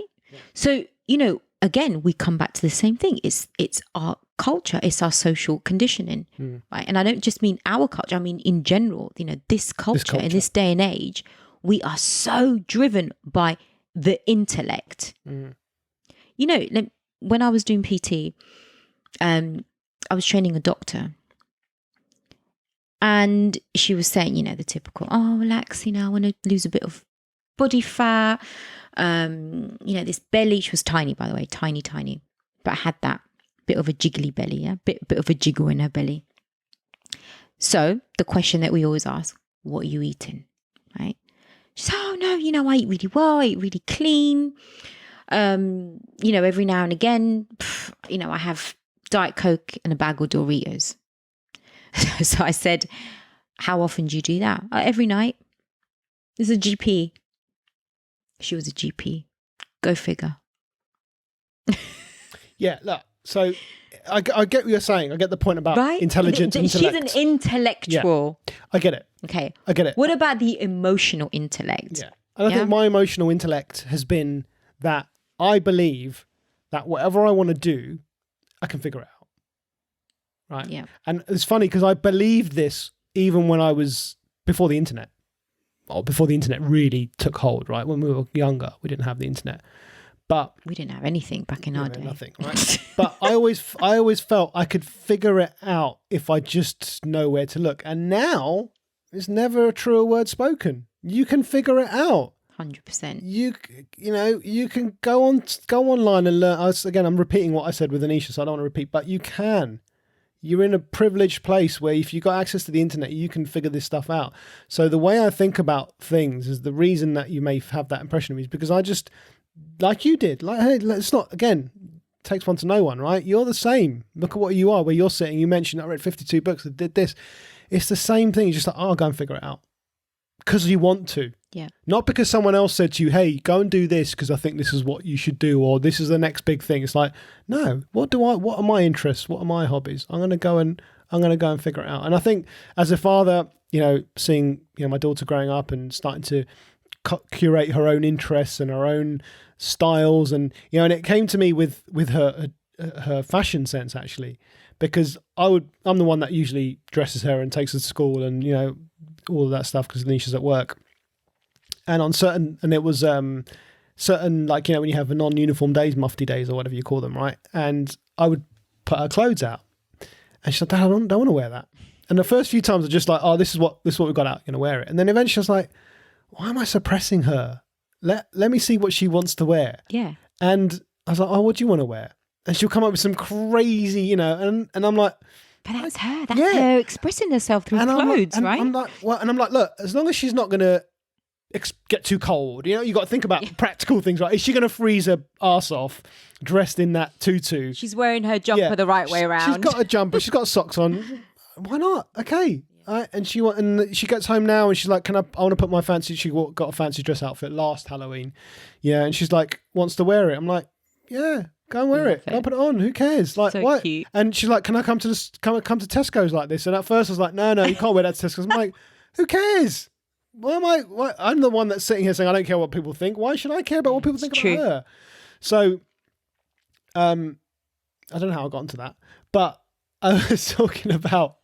I can't remember. I can't remember either. I was talking about, just figuring stuff out and, allowing yourself to just do the things that you want to do. And it's like her. She's like, I want to wear these things. Self-expression. And self-expression and getting into things that she wants to be into. Like I felt, I'm into trainers and sportswear, and I bought her, Adidas trainers and joggers, and I tried to get her into my world of fashion, if you like. And she just was like, yeah. And I was like, oh, okay, that's okay. She's got her own personality. That's okay. That's absolutely okay. That's cool. That's absolutely cool. And the funny thing is now she draws pictures of the family. And she always draws me with a cap on. Love it. Right? She's like, "There's your cap, Daddy." And I'm like, "Oh, cool." So she's figured out that that's Dad. And I'm like, and now every time she draws herself, she's got a flowy. Her thing's a flowy dress. She does a little twirl. Yeah. So my point is, she's figuring out what it is that she wants, and I'm not going to suppress it because I just felt like maybe when I was certainly younger, I felt like some of my passions maybe were suppressed a little bit. It's like, no, you can't do that. Like, why can't I do that? Yeah. Because I said so. It's like, oh, okay. Well, and you know what? I think, our parents' generation, they simply just did not have the answers. Agreed. And as you said earlier, that we have so many tools in our toolbox. Yeah. To change the way we were brought up so that our children don't have to go through the same thing. And one of the things that you're saying is about expression. So, Liliana's drawing pictures of her dad with her cap on. I remember when I was right in the middle of treatment, Maya's, she loves to draw as well. And she drew this picture of me with a bald head, my leopard print jacket that I wore every day when we were out in the freezing cold, and my hoop earrings. Friggin' I look like Pat Butcher from EastEnders. It was the funniest picture ever. I looked hideous. But my God, did she draw that picture to the T. Like, that is exactly what I look like. And I just couldn't stop laughing. And you know, it was, you know, that is who mum was at the time, right? And, you know, going back to what we were saying about how we should just let them be who they are. You know, we're not in this day and age, we're not nurturing our children the way we should, because we have been taught, and, you know, again, it's not our fault. It's just the way we have been taught that they need to be either another version of you, but better. You know how our parents used to say to us, I want you to do well at school. I want you to do better than I did. You know, you should do. Well, let me be who I want to be. Right. And this is why I think maybe people like us who are so, you know, we have so many facets to our personality, because, and again, I think it's a gift that we have that, you know, that we haven't just been, you know, put in one container, that we have had, you know, the freedom to express ourselves. But actually that freedom comes from our parents not nurturing what we really wanted to do, you know. And we go back to me, that I always wanted to be an actress or a singer or a dancer, you know.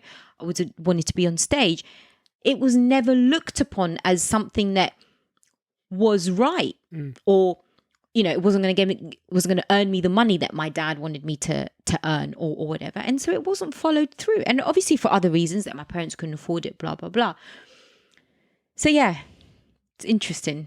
Very interesting. I think that we should definitely try and let our children be who they are, because we don't own them. No. They are our children, and we have a responsibility to bring them up and to nurture them and give them as much love as possible. But we do not own them. And we have no right to make them into anything they don't want to be. And I think on top of that, we can learn more from them than we can from anyone. 100%. Because, you know, you want to think of a free spirit, a free soul, not, you know. And genuine and honest. So I mean, genuine, you know, yes, they're going to have certain habits from us that they pick up, but I think there's just their instinct. Their instinct is genuine, right? It's true, it's innocent. And, you know, I often now just sit and ask her a question. I'll just sit back and listen. Yeah. Where's this going to go? What's she got to tell me? And I'm like, oh, okay. This is how you see things. Oh, it's just fascinating. I love it. Yeah. Anyway. So. This was cool. This was very cool. How many hours? It's ticked over 3, but we've had a break in between, so I'll edit it down. But thank you for doing this. Thank you for having me on. Thank you for having me in your space. I might come back and rent it out for you. I think you should come back, definitely. We'll fix it up. Where can people find out about what you're doing, what you're up to? Okay, so as I mentioned before, I came off social media. I used to be Lax Lunar Soul, and now I have changed to From the Inside Out, with a dot in between each word. Yeah. It's on Instagram. It's on Instagram. Is it a new account?